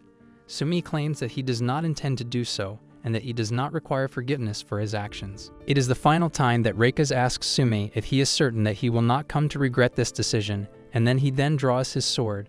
He expresses his gratitude for the warning. Sumi says, "It is impossible for them to allow this child to continue making fun of them," and Reikis tells Enmouth that they must crush him immediately. Before beginning the fight, Dorothea inquires of both of her adversaries as to whether or not they are prepared. The transformation and solidification changes in power that Sumi uses allow him to extract his sword from a liquid that is contained within a small tube. When Reikis and Enmouth discover that Sumi is capable of using alchemy, they are taken aback and ask Sumi if he did not specifically state that he was a mage. The way Sumi describes it, it seems to him like magic. The question that Reikis poses to Sumi is whether or not he is even able to use a sword in such a manner, given that he is a mage. The only response that Sumi gives is, yes, more or less. Afterwards, Reikis suggests that they give it a shot, and he proceeds to assault Sumi with his enormous sword. The attack is blocked by Sumi's sword, and the two of them come into contact with each other's swords. In a conversation with Sumi, Reikis tells him that he is an idiot if he believes that he can defeat him in power. However, Sumi demonstrates that he is mistaken by employing a spin with a small amount of force, which causes Reikis to fall to the ground. In order to attack Sumi, Enmouth employs his wind magic and strikes her with the wind fist. For the purpose of preventing Enmouth's assault, Sumi employs a secondary wall localized deployment. In response to Sumi's question, Enmouth stands up and reveals that he possesses some weird sword skills. Sumi reveals to him that he learnt them at a dojo that is located nearby. What exactly was that magic? Enmouth inquires. The only explanation that Sumi provides is that it was defensive magic, but Enmouth insists that this is not what he is asking for. Using magic without the assistance of an element, Sumi has just accomplished something. According to Sumi, this is due to the fact that he did not make use of any element. It would be inappropriate to incorporate elements into defensive magic. The statement made by Enmouth is implausible. How could it possibly be unnecessary? It is impossible to invoke magic that does not involve the mediation of elements. Magic that can be invoked without the mediation of elements does not exist in the first place. It is impossible to use magic without the use of elements, according to Dorothea, who explains to Sumi that all magic in this world is manifested by borrowing the power of elements, and yet he is able to use magic in some way, despite the presence of the system. Sumi is thinking, so basically, the magic here is not through the conferment of elements, rather they have to use the element itself as an intermediary, or else they will be unable to accomplish anything. The difficulty arises from the fact that one must rely on each individual component. There is no reason to increase the number of steps involved, and not only does the amount of time required increase. As Enmouth's anger grows, he confronts Sumi and asks him what the hell he is thinking he is saying. However, Sumi is able to defend himself once more by employing a barrier that catches Enmouth off guard. Enmouth continues to attack Sumi. Immediately after that, Reikis launches an assault on Sumi. However, Sumi is able to stop it with magic and explains that something similar will not be able to reach him. The magic attack that Sumi casts is accompanied by a snapping of his fingers. Enmouth is informed by him that his magic will not have any effect on him. Nevertheless, Enmouth makes another attempt to attack Sumi, and this time he uses his wind attack, known as Gale, to attack Sumi. Sumi casts a spell to block his attack and successfully avoids it. However, Enmouth says that the battle is not yet over and prepares himself to launch another attack during the course of the battle. On the other hand, Sumi's decision to immediately put that power into a resistance spell after thinking about magic is not in the least bit problematic. The spell that he used, however, is a draining spell, and it will continue to drain his magical abilities indefinitely. The attempt to attack Sumi is made by Reikis. However, Sumi quickly raises his sword and declares that he believes he has won the battle at this point. The match has been completed at long last. The fact that Sumi has actually prevailed over both of them is incomprehensible to Dorothea. The cheers for Sumi are coming from Reikis, who is standing behind Dorothea. It comes as a surprise to Dorothea to see her. She is surprised to learn that Sumi is quite powerful, according to Reikis, who revealed that she took the liberty of observing his battle. The question that Sumi poses to Reikis is, "Why are you here?"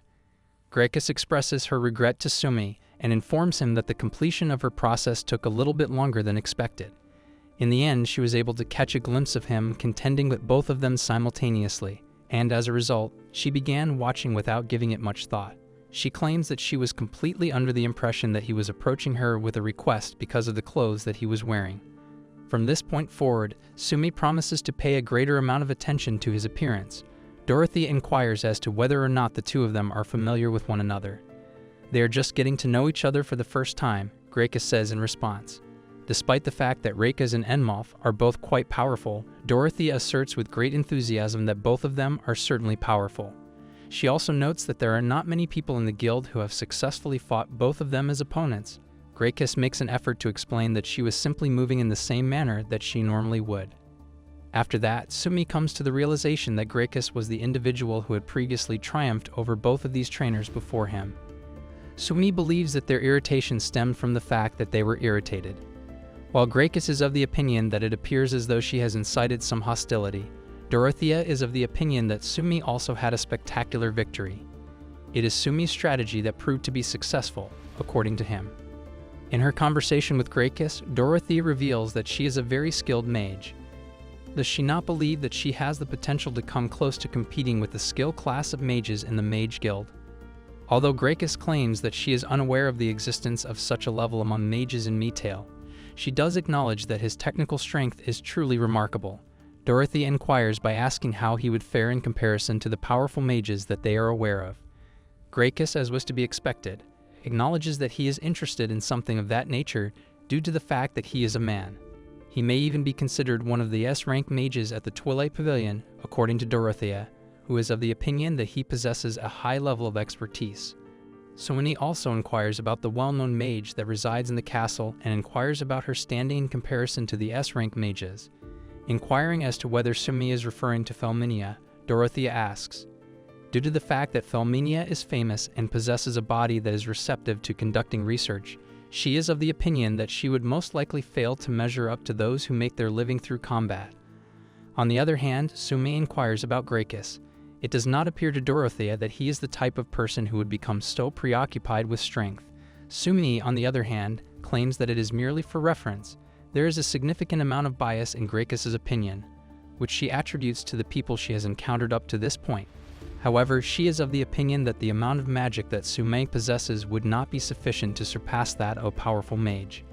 When it came to the power of his magic, those were some impressive moves back there, but she was unable to use them as a point of reference. There are some individuals who are true masters above all others, and they have the ability to eradicate an entire town or forest with a single spell as if it were nothing at all. Although she does not intend to be impolite, Sumi is not nearly as impressive as the other mages that she is familiar with.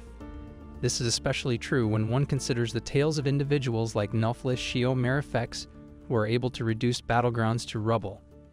It is for a good reason that people like that are referred to as masters. Sumi is questioned by Grakus regarding his identity. In spite of the fact that she is so accomplished in combat, she has never even heard of his name before, and she inquires to Sumi about his origins. When Sumi says that he is from a distant location, he asks Dorothea if she would have any idea if he says he is from the east. Dorothea makes the observation, indeed he is from the east, which is why she would not have heard of him. In addition, she asserts that his magic must be confined to the eastern region. Grakus is questioned by the receptionist about whether or not she is also going to the kingdom of Nelphilia. Grakus responds that from this point forward, she is exploring the possibility of attending the Magic Institute while simultaneously working at the Twilight Pavilion, TP. She claims that she does not have a great deal of experience with magic, which is why she decided to devote some of her time and energy to learning about it from the ground up. They respond by saying that Sumi has never really dealt with magic in a very serious manner, which causes Sumi to be surprised to see that she is practicing magic. It is unfortunate that Grakus is leaving the guild because, according to Dorothea, having someone like him here at the guild would unquestionably be beneficial for the guild's growth and development. The extraordinary mage Sumi is still in their possession, however. According to Sumi, he is actually planning to move on to Kront Krant once he is ready to do so. As a result of Dorothea's disappointment, Sumi is questioned about whether or not he will assist Metale in being successful as a hopeful newcomer who appeared out of the sky like a comet. After his nickname, Dorothea says he will not cause a commotion among the other mages and even among those like Felminia. He will not do that. Sumi, on the other hand, wonders what the problem is with these potentially harmful delusions. It is unavoidable that the two of them will have their objectives in mind, because Dorothea says that just when she thought they might finally have a couple of extraordinary people joining them, they will have their goals in mind. Sumi expresses his regret and explains that he is facing a number of obligations, but that he will ultimately be making his way to Nelphalia as well. That comes as a surprise to Gracchus, who claims that she had no way of knowing that she was in that position. How soon will it take place? Nevertheless, she is aware that she can rely on him in the event that they meet again. According to Gracchus, she is required to leave at this time, and she has gained some knowledge from the fight that he had. When Sumi hears that, she is taken aback, and Gracchus inquires as to what the matter is. However, Sumi claims that it is of no consequence and simply advises Gracchus to be careful. When Gracchus has finished saying his goodbyes, he departs from the guild. On the other hand, Sumi believes that it is appropriate to leave her in her current state. She did not give off the impression of being the talkative type. There should not be any problems caused by a single loose thread. In his return to Dorothea, he inquires about the rank he currently holds. According to Dorothea, after watching that, he has defeated both of the trainers at the same time they were competing. Normally, it would be appropriate to begin at the C rank. However, he possesses more than enough ability for activities at the B rank, so it is possible that he will begin at the B rank. According to Sumi, rank B is a surprisingly high position. It is Dorothea's hope that he will become famous in a sufficient amount of time. The only way for that to take place, according to Sumi, is for the three of them to tell other people about what he did. However, Dorothea claims that even if he did not convey this information to anyone else, the sudden appearance of a B rank would make him famous. For all intents and purposes, Sumi asserts that he is not going to achieve fame. According to his current estimation, those two are almost at the rank of D, and if they were to go and tell people, he would end up being transformed into an average second-rate mage who makes no profit. Sumi expresses her regret to the three of them, but she explains that this is the way things must be. She then expresses gratitude to them for their understanding. As he stated earlier, all he wants to do is obtain a rank that is appropriate for him and then proceed with his journey. Nevertheless, Enmalf stands up and declares that the statement is absurd. According to the rank of a guild member, the kind of job they are able to accept is determined by their rank. What does it mean for him to completely throw away his rank? Sumi claims that it is straightforward. If he does it in this manner, there will be a great deal fewer unresolved issues. As another point of interest, Sumi mentions that he desired to gain some experience in combating the inhabitants of this world. Enmalf is taken aback when he hears the words "this world," and he expresses his surprise by stating that he was unaware of anything pertaining to him. He also inquires about the memories that the individuals from reception had prior to learning about him. Sumi asserts that this is the case. However, this does not imply that they were able to accurately assess his capabilities. Strangers are constantly looked down upon by human beings. People will have the impression that a person is weak if the story they tell is devoid of any substance. They would consider that to be an exceptional event that took place at the reception. According to Sumi, when everything is said and done, he will be remembered as someone who is self-centered and has a loud mouth. Sumi is confronted by Enmalf with the question of what he intends to do with a rank that is so low that he is unable to accept any job. In spite of the fact that the Twilight Pavilion receives a large number of job applications, there is no assurance that he will be offered anything that is suitable for him. Nevertheless, Sumi is operating under the assumption that he has already planted some seeds during the reception. He has been informed by Dorothea that if he is able to use healing magic, he will be able to attract people to him for the majority of jobs. This is due to the fact that the power of healing is lacking almost everywhere. In addition, he will now put an end to this conversation. If Enmalf believes that a magician such as himself will fail, he tells Sumi that he will fall.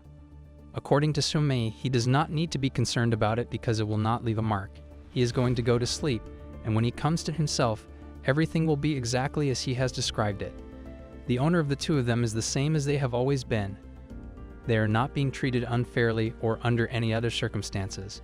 Says Enmalf that he understands it now, for the purpose of avoiding leaving him, who would have been able to see what he is doing. Sumi asserts that this is correct, and that is the reason why he engaged in combat with both of them simultaneously. After a few days have passed, Sumi is working on his sword performance.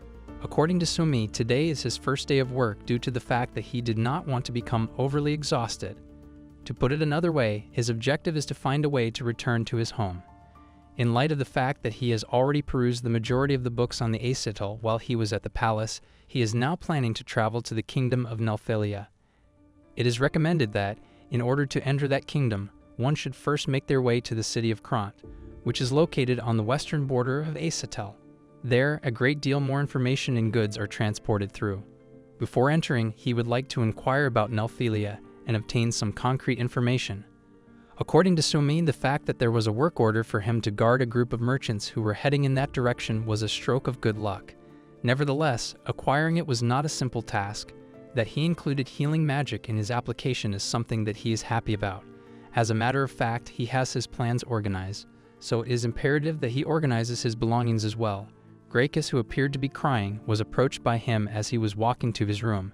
He was surprised to see her. Sumi goes to the market and introduces himself to an elderly man. He tells the old man that he is a member of the Twilight Pavilion Guild and that he has accepted a request to protect the merchant party while they are on this trip.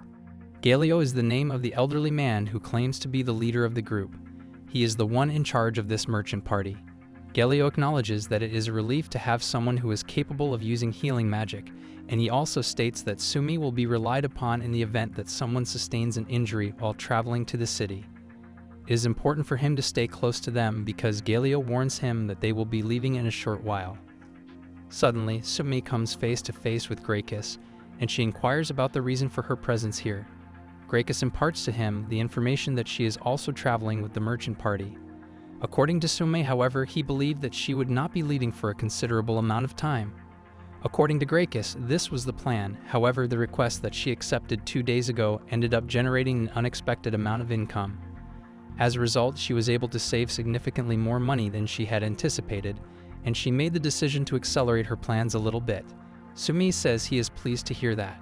Gracchus inquires about Sumi and expresses his regret for colliding with him this morning, which resulted in him observing something that was not pleasing to the eye. She claims that she was not paying attention and that he ought to be more cautious, but Gracchus argues that she was not paying attention to her surroundings and apologizes once more for her behavior. As Sumi is unable to comprehend her behavior, she inquires as to whether or not something has occurred. However, Gracchus does not respond. As a result, Sumi shifts the conversation and inquires of Gracchus the nature of the request that she accepted. According to Gracchus, Oghals were the ones who were subjugated. It is risky to take on semi-giants like them, but due to the fact that it was an urgent request, the reward was quite substantial. Sumi is so confused that she asks if ogres and Oghals are the same thing. Sumi has no idea what she is talking about. Gracchus explains to him that they are entirely distinct from one another and that Oghals are monsters that consume human beings.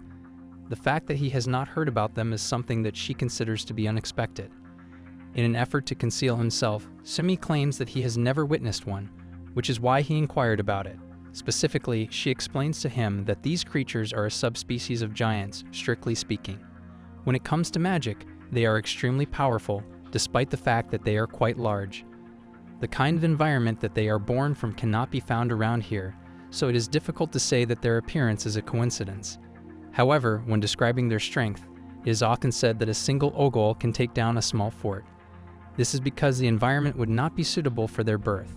Sumi is under the impression that he has read a book at the castle that provides information about the appearance of powerful magical creatures. Two primary hypotheses are presented in those books, according to the authors: the spontaneous generation theory, which is also referred to as the mutation theory, proposes that the appearance of naturally occurring phenomena that are characterized by a state of stagnation can result in the appearance of extremely powerful magical creatures. The other theory proposes that a demon is attempting to create new minions, and in the process it brings about the creation of a monster with a low level of intelligence that ultimately becomes a powerful elemental creature. On the other hand, the probability of spontaneous generation occurring in this region is relatively low, which indicates that it is almost certainly connected to the second theory. Therefore, Sumi informs Gracchus that there is a demon in the vicinity. Gracchus is also of the same opinion. Then someone calls out to all of the individuals who are going to be accompanying the merchant party to gather around. Sumi is informed by Gracchus that there is no need for concern and that they should proceed with them. Sumi is of the opinion that it appears as though she is dealing with a number of circumstances. While the merchant party is beginning their journey, Sumi inquires of a young lady about the identity of the goddess Ashuna. It is Gracchus who explains to him that the Salvation Church believes that she is the one who created the heavens and the earth in which they currently reside. Not only is she the highest rank among mystical beings, but she also holds the highest rank on earth. There is no higher rank. In light of this, Sumi comes to the realization that the vast majority of people in this world adhere to a monotheistic religion and only worship the goddess Ashuna. Gracchus explains to him that despite the fact that there are a variety of species, including elves, dwarves, therianthropes, and dragonutes, all of these beings acknowledge the existence of the goddess. Sumi is taken aback by the realization that, in reality, there are demi-humans such as these. Sumi is questioned by Gracchus about whether or not he did not have them to begin with. As far as Sumi is concerned, the only thing they discussed was whether or not they existed. Gracchus informs him that it is highly likely that he will come across some of them when they arrive in Nelphilia. There are a significant number of therianthropes, despite the fact that there are not as many elves as there are other races that pass through there. There is a great variety of races that pass through there. According to her, it is a surprising notion to consider that the Eastern world is unaware of the existence of the goddess. He laughs it off and expresses his gratitude to Gracchus, stating that he has gained a great deal of knowledge from her. Nevertheless, Gracchus informs him that his use of language has been a little bit too formal for a considerable amount of time now. She tells him that there is only a difference of 1 or 2 years between them, and that now that they are both working on the same mission, he ought to take a little more time to relax. Moreover, in the event that something occurs, they will be able to easily share information with one another. Sumi is informed by Gracchus that he is free to address her by her title. Due to the fact that she is only 1 or 2 years older than him, Sumi believes that to be true. It felt as though he was conversing with a senpai while he was at school. Next, Sumi assures Gracchus that everything is fine and gives him a wink. On the other hand, Gracchus believes that bluntness is a much better fit for him. At the end of the day, he exudes an air of a bad boy. According to Sumi, she began to speak negatively about him as soon as they began to relax a little bit. However, Gracchus makes an attempt to explain the situation and claims that it was a compliment. Sumi claims that she would say something like that if she were trying to trick someone into believing something that she did not believe because he has never heard of someone using the term bad boy as a compliment. It is laughed off by Gracchus. After that, someone announces that they are going to take a brief break and requests that the carriages resume their resupplying duties. Sumi is informed by Gracchus that there is a watering hole in the vicinity, and that some of the individuals from the watering hole are comrades from the Ogol mission, with whom she has developed a reasonable amount of friendship. Sumi explains that it appears as though they are calling her over, and Gracchus inquires as to whether or not he would like to come, but Sumi responds that he will wait for her. As he contemplates these fellow soldiers, he is curious about the activities that Rigi and his companions are engaged in. In the meantime, they are engaged in combat with Mizuki and Titania because they are fighting a magical creature. The sword that Rigi is wielding is being used to defeat the creature. When Rigi sees that Mizuki appears to be a little worn out, she inquires as to whether or not she is okay.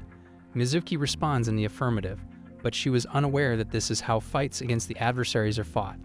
While Rigi cautions her not to put undue pressure on herself, Mizuki reassures her that it is fine because they were brought here to assist. Nevertheless, she tells Rigi that despite the fact that it is easier to say than to do, he has maintained his composure from the very beginning.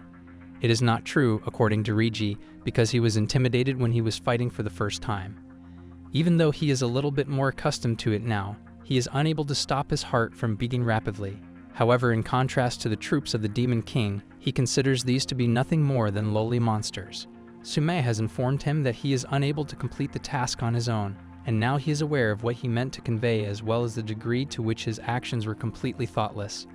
While she is laughing, Mizuki mentions that her knees are trembling. Rigi is sorry that she ended up getting her involved in this situation. At that very moment, Titania arrives and quickly asks Mizuki if she is okay before giving her a bear hug. It would appear that there was nothing of significant importance as Titania expresses her gratitude. According to Mizuki, everything is to Rigi's credit.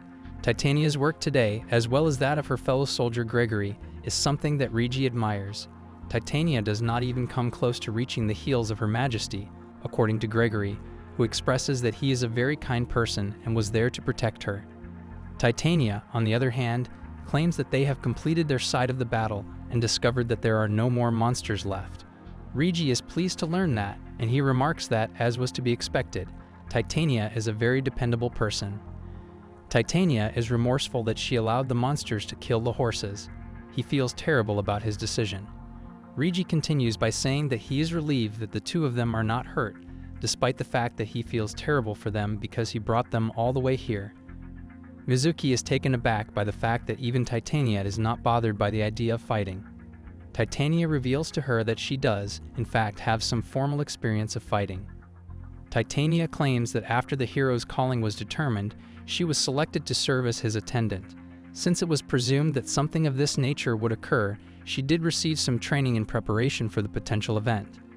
Mizuki is informed by her that she does not have anything to be concerned about, and she is also informed that she was the same or even worse than Mizuki from the beginning.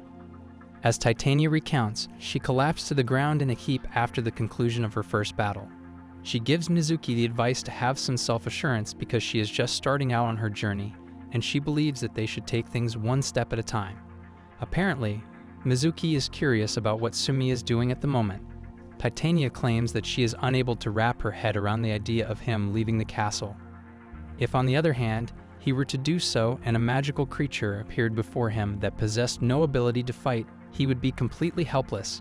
However, Reiji has stated that he does not believe this to be the case, and Sumi is probably fine because, after all, he is skilled in fencing. The news that Sumi possesses an understanding of sword skills comes as a complete surprise to Titania. Gregory inquires of Reiji whether he was aware of the fact that Sumi is not a member of the Kendo Club. Sumi has stated that he is unable to join a club due to the numerous trips that he has taken overseas. However, Reiji reveals to them that Sumi visited an ancient martial arts dojo that is located close to his residence. Similarly, Mizuki is unable to accept it. Titania inquires as to whether or not Sumi is able to practice martial arts. His appearance did not give the impression that he was someone who could handle himself in a fight at first glance. Gregory asserts that this is accurate and that the majority of people would most likely perceive him in that manner. In spite of his outward appearance, he possesses quite skills that are significant, at least according to what he has been told. Titania expresses how irresponsible it is for her, of all people, to misjudge the capabilities of another individual. Despite this, Reiji claims that this is the reason why he does not feel a great deal of concern about Sumi. He is known to be quite astute, and despite the fact that he occasionally engages in some unconventional behaviors, he is generally cautious. Reiji is told by Mizuki that if that is the case, she is curious as to whether or not Sumi would say something along the lines of claiming that he is the swordsman Nikaji Sumi. It would appear that Sumi is a Chunin individual. The term Chunin is used to describe a person who is suffering from 8th grade syndrome, concealing his true identity while training at an ancient dojo. This is not fair. However, Reiji maintains that Sumi does not use the term Chunin in the same way that Mizuki does, which means that she is not technically permitted to refer to him as Chunin. Titania is unable to comprehend what they are discussing, so she inquires as to whether or not she might be suffering from some kind of illness. During their conversation, Reiji reveals to Titania that it is indeed true that Chuninbu is a disease that originates from another world and affects the majority of adolescents. If it is not treated in a timely manner, it can have devastating consequences. Mizuki, on the other hand, inquires as to whether or not a demon king is present with them. Titania is questioned by Reiji regarding the likelihood that the demon king is currently inside the kingdom of Nulfilia. Titania, on the other hand, says not yet. This location is located within the territory of the kingdom. In the event that the demons were to focus their attention on this location, it would be reasonable to believe that. However, the only thing that the demons have done up to this point is drop monsters here and there, without making any significant movements during this time. It would be necessary for them to traverse 2 mountain ranges in order to launch an assault here. It would be necessary for them to take a slight detour and travel through the territories of Sedias. They are not under the impression that they would attempt to make such a hasty advance on Nulfilia, but according to Reiji, they have witnessed demons in this location. In spite of the fact that they claim that the demon forces are not present, they have witnessed them right over here. Mr. Gregory asserts that this is not a problem. Gregory's thoughts are inquired about by Reiji. Gregory offers his sincere apologies and states that he is unable to even begin to comprehend the schemes that the demons are attempting to carry out. However, he is of the opinion that it would be prudent to leave this region as quickly as possible. The man responds that he does not believe that there are demons in the area when Titania asks Gregory if he means that there are demons nearby. Titania has expressed that she is completely in agreement with Gregory's decision to relocate to a secure location. On the other hand, she is of the opinion that they must first determine whether or not the demons harbor any intentions of moving. Because they are not thinking at this moment, they could potentially put themselves in harm's way. Reiji inquires as to whether or not it is likely that there are demons in the region that is adjacent to the north. Gregory asserts that he does not believe that to be the case. Because the demons have always been drawn to the people who were formerly referred to as heroes in this world, it is highly improbable that they will make an appearance in other regions. Unexpectedly, a security guard by the name of Fury approaches them and informs them that he has returned. Titania inquires as to whether or not he is hurt, but Fury assures her that she does not have any reason to be concerned about him. Reiji inquires about the whereabouts of the other guard liaison who accompanied Fury on his journey. It is imperative that they leave this location as quickly as possible, according to Fury. It would appear that a sizable group of monsters has escaped from the countries of Toria and Shardok and made their way into the northern borders of Astel. Titania is taken aback by that information, and she inquires of Fury whether or not it is accurate. In accordance with the liaison, Fury asserts that it is accurate. On the other hand, Reiji inquires as to what he means by so. It would appear that Fury is informing him that it is an assumption that is founded on the fact that a night watch near the border discovered traces of demons living in the area. What he was able to establish was that there was something other than a magical creature, and that there were indications of magic that were discovered. Reiji inquires as to whether or not anyone actually witnessed the demon. He is informed by Fury that there has been no sighting of any movements within the group, and that they have not been attacked. In light of the fact that if there are demons in the area, they would normally be attacked, Mizuki wonders why this is the case. In fact, it appears to be a theory that is not very genuine. What would happen if the demons that have been attacking them were from that location? Reiji asks. Titania inquires about Ruka's whereabouts. Fury informs them that they have traveled to Krant City in order to ensure the safety of the liaison they are escorting. Over the course of several days, they will reunite with them within the territory of the kingdom. Titania claims that this has developed into a significant thing. Reiji responds that there were only a few of them, and if they were coming after them, then the attack that just occurred was not a coincidence. Mizuki asks whether that means the moment that they found out, but Reiji says that there were only a few of them. They could not have, under any circumstances, have been under the impression that those few would be sufficient to stop him. Reiji inquires as to whether or not it is possible that the demons are aware that a hero has been summoned, but that they are unable to comprehend the specifics of the situation. This is the reason why the group of demons who appeared to have been compelled to patrol came for them. Titania inquires as to whether or not in the midst of their search for a hero-like individual they were. What Mizuki says is most likely due to the fact that they recognize the possibility of them penetrating. Should they become aware of the army, the private boys would be under the impression that they do not possess any kind of messenger with them. In light of this, he inquires of Fury what the estimated size of the army is. According to Fury, the actual number could be well over 1,000. It took a lot of time to defeat even a small number of demons. Reiji asks what do they think will happen if there are 1,000 of them? As Mizuki has stated, it is imperative that they leave this location as soon as possible. According to Fury, it is highly improbable that it would be in their best interest to blindly flee the situation. His voice seems to be the only one that is still present, and they need to make a decision about the path that they will take. Consider the water and rations that they have. On the other hand, the man says that he thinks that now would be a good time, and that they do not need to be concerned about things like that. A few days later, Gracchus inquires of Sumi whether or not he has taken notice. As soon as they entered this forest, Sumi informed her that he had been experiencing a peculiar sensation ever since they arrived. Sumi claims that he is very curious about whether or not it is a magical creature, but regardless, it does not have the sensation of being a human. It has been stated by Gracchus that this is not a magical creature, but rather a demon. Sumi says to Gracchus that she seems fairly sure of it, but wasn't it just a possibility? Gracchus asserts that there is another female present, and she is totally certain that this is the case. They are approached by a member of the merchant party who informs them that, according to the Magus, there is something magical on its way. It is Galio's intention to engage them in this environment. On the other hand, he is aware of the actions that the merchants ought to take.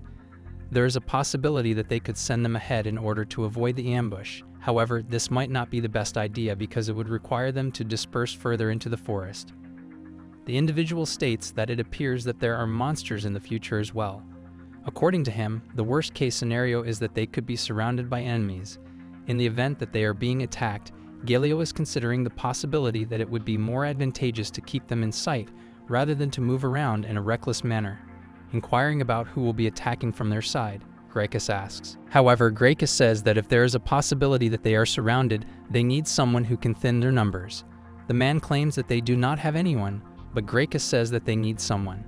The individual asserts that it is not as if they intend to bulldoze their way through. Rather, they should concentrate on defense should be sufficient. Some monsters are not something that should cause any cause for concern. Graecus was able to comprehend the circumstance. The individual claims that he is going to return to his post, and as a result, he will leave the cargo to them. On the other hand, Graecus inquires as to whether or not he is certain about whatever is coming from the front. This is because whatever is coming at them from the side is not just any monsters. Rather, these are demons, and he is obligated to convey this information to Galio. The man inquires of Graecus how she is aware of that. The presence of these monsters is not comparable to that of regular monsters, according to Graecus, who has personal experience with them. In his statement, the man promises that he will inform Galio about their findings. Graecus removes her sword from its sheath and then turns over the cover of her sword. In Sumi's opinion, it is quite large. He believed it to be nothing more than a sword, but it is still quite large. He is informed by Graecus that she is taking the initiative and moving forward with the situation. She is asked by Sumi if it is all right for her to go ahead and carry out that action. In light of the fact that he claims they are still some distance away from the adversary, wouldn't it be more prudent to consult with Galio before taking any action? Sumi is asked by Graecus to take a look around him. The other soldiers and adventurers are completely dedicated to defending, but they will not be successful in doing so. If they want to do something about demons, defense is not going to be enough, according to Graecus, because demons are beings who leave their mark in life by stealing, destroying, and killing.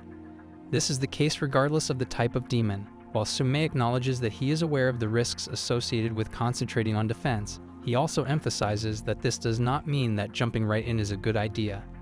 Despite the fact that he believes it would be beneficial to make a move with the possibility of being surrounded in mind, he does not believe that this would be the most effective course of action. Graecus inquires of Sumi whether he is advising her to remain and defend herself. Regardless of the fact that she will not be able to handle all of them by herself, Sumi asserts that he is not talking about that. In response to Graecus' admission that he does have a point, Sumi advises her to take a step back and consider a more effective strategy. However, Graecus claims that she has already confided in him that she is very familiar with these beasts and that she is not going to make any erroneous assessments regarding their power at this juncture. If she is able to remove all of them, Sumi asks her to do so. From the moment they are born until the moment they pass away, according to Graecus, demons are considered to be evil. She is forced to eliminate all of them because they will never make a single decision that is morally sound. Not a single one of them will be left standing by her. From that point on, she makes a beeline for the woods. An attempt is made by Sumi to stop her, but she tells him that he does not need to be concerned about it. All he needs to do is watch over the freight. She is very quick, according to Sumi, and there is not much that he can do about it. In an instant, a swarm of flying beasts emerges from the depths of the forest. Sumi claims that his world is home to ghosts and other supernatural phenomena, but he has never encountered anything quite like this before. One of the beasts tries to attack Sumi, and Sumi says, as if he will let them attack him that easily. The beast attacks Sumi at full speed, but Sumi is able to successfully avoid its attacks on multiple occasions. Sumi responds to the beast by saying that it is impolite to say that he has some strange techniques as he employs proper techniques. The beast says that he has some bizarre techniques. Sumi tells the beast that it should not have carried out its final attack, and the beast then unleashes its final attack. The beast is then launched into the air with a snap of his fingers, sending it flying into the sky. The next thing that Sumi does is say, "Let's see what the beasts of this world are capable of doing," and then she uses a magic circle while chanting, "Fiamma est lego vis wizard." What takes Sumi by surprise is the fact that the beast does not attempt to avoid or defend itself against the attack. Upon the clearing of the smoke that was caused by the magical attack, the beast is still standing there. The beast confronts Sumi with the question of whether or not he truly believed that it would be defeated so easily, and then accuses him of taunting it. It is absolutely incomprehensible to Sumi that his assault did not even leave a trace. When it came to the activation of spells or magic power, he did not hold back. Sumi is perplexed as to whether or not the power of his spell is insufficient. However, it appears that this is not the case. It appears that the beast possesses some kind of magic resistance, which is beyond his predictions, In addition, the skin or flesh of the beast did not appear to be thick or sturdy enough to withstand the attack that he was using his magic on. According to Sumi, the flames that are produced by the magic are not merely the result of a straightforward combustion phenomenon. In the event that the target does not take any measures to defend itself against such a spell, it will be consumed by the spell and reduced to ashes. Given that this is the case, Sumi is curious as to whether or not there is another reason why the magic did not yield the desired results.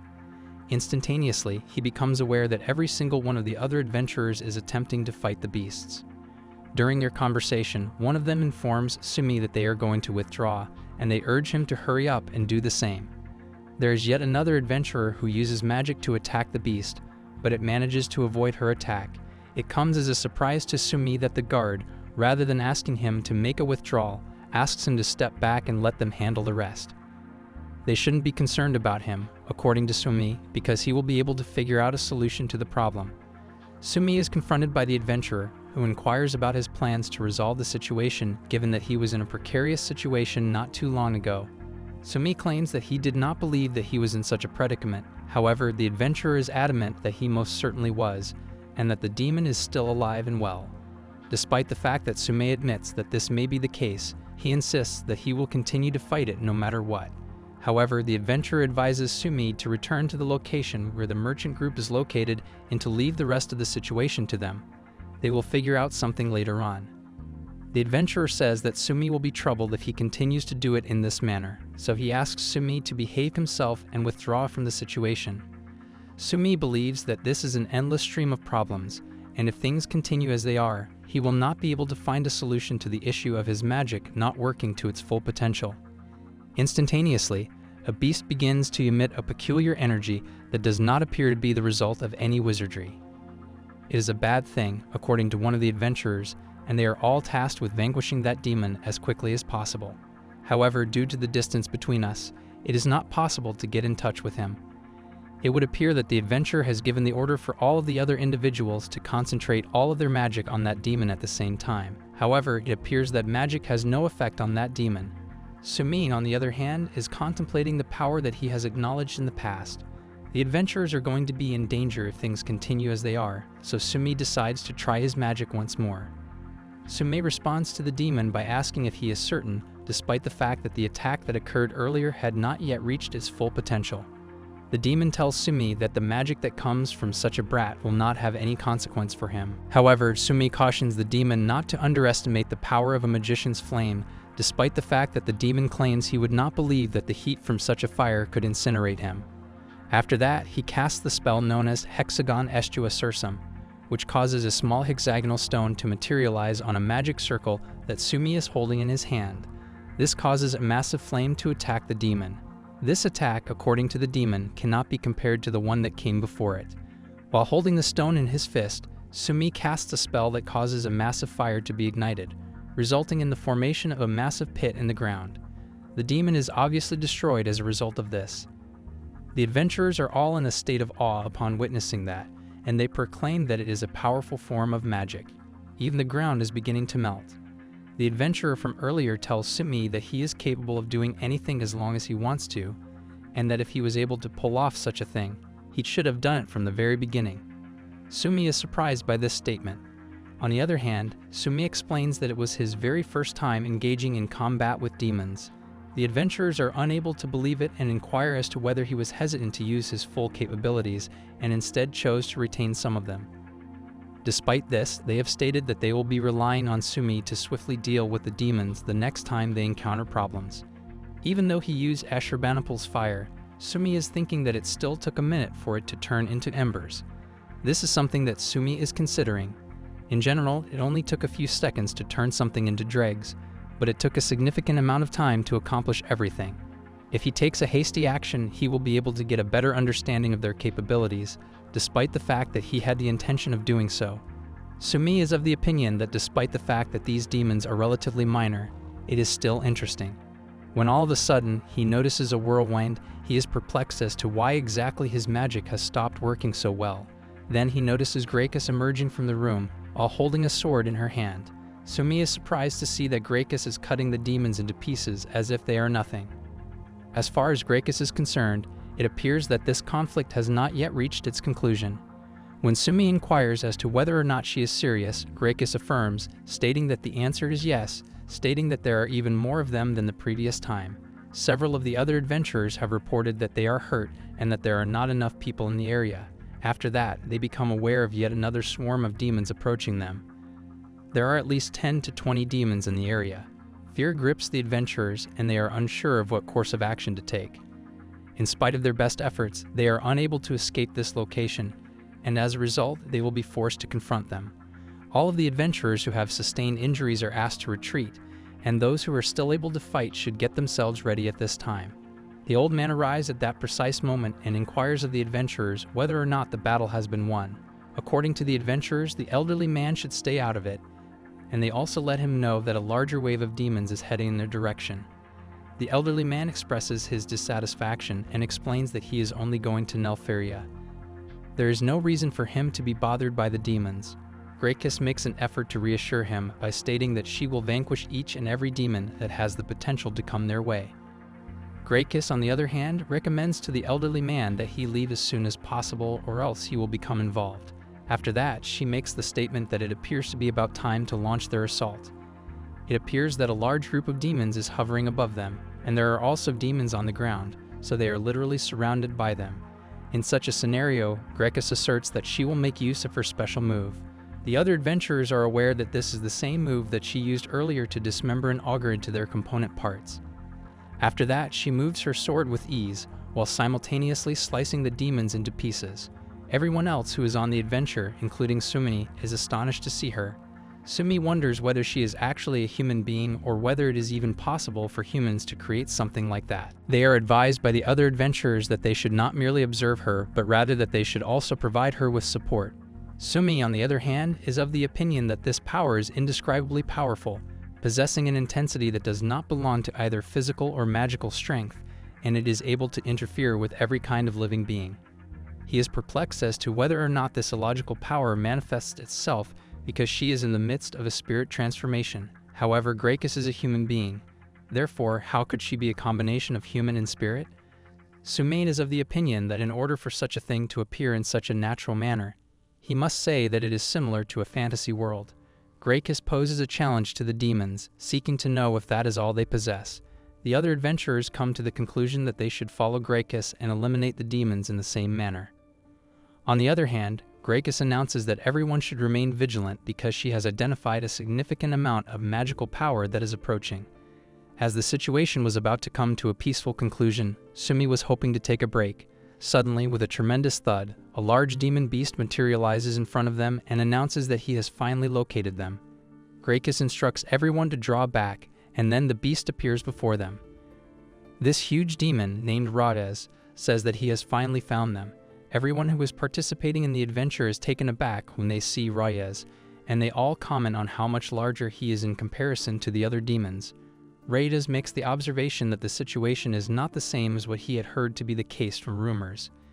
It is possible that the information that was gathered is not accurate. However, this does not alter the fact that he is going to proceed with his plans in this location. He introduces himself to the adventurers and reveals that he is one of the 7 demon generals who is in charge of an army that is under the command of their esteemed demon king Nakshatra himself. After that, he asserts that there is no way that these feeble humans will survive after having come into contact with him, and that they should therefore wait obediently for him to kill all of them.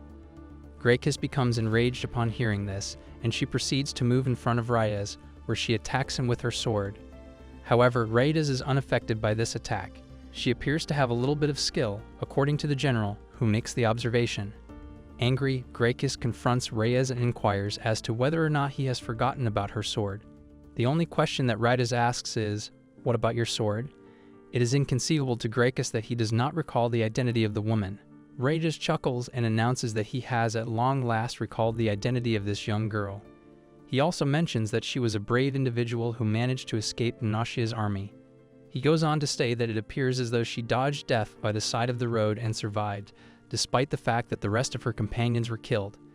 The situation causes Gracchus to become extremely frustrated, and she begins to attack Rades with her sword once more. However, she is still unable to cause any significant injuries. It is Rades who makes fun of her, claiming that her movements are too straightforward. In the meantime, Sume is attempting to improve his magic skills when all of a sudden he steps in to mediate between Gracchus and Reyes.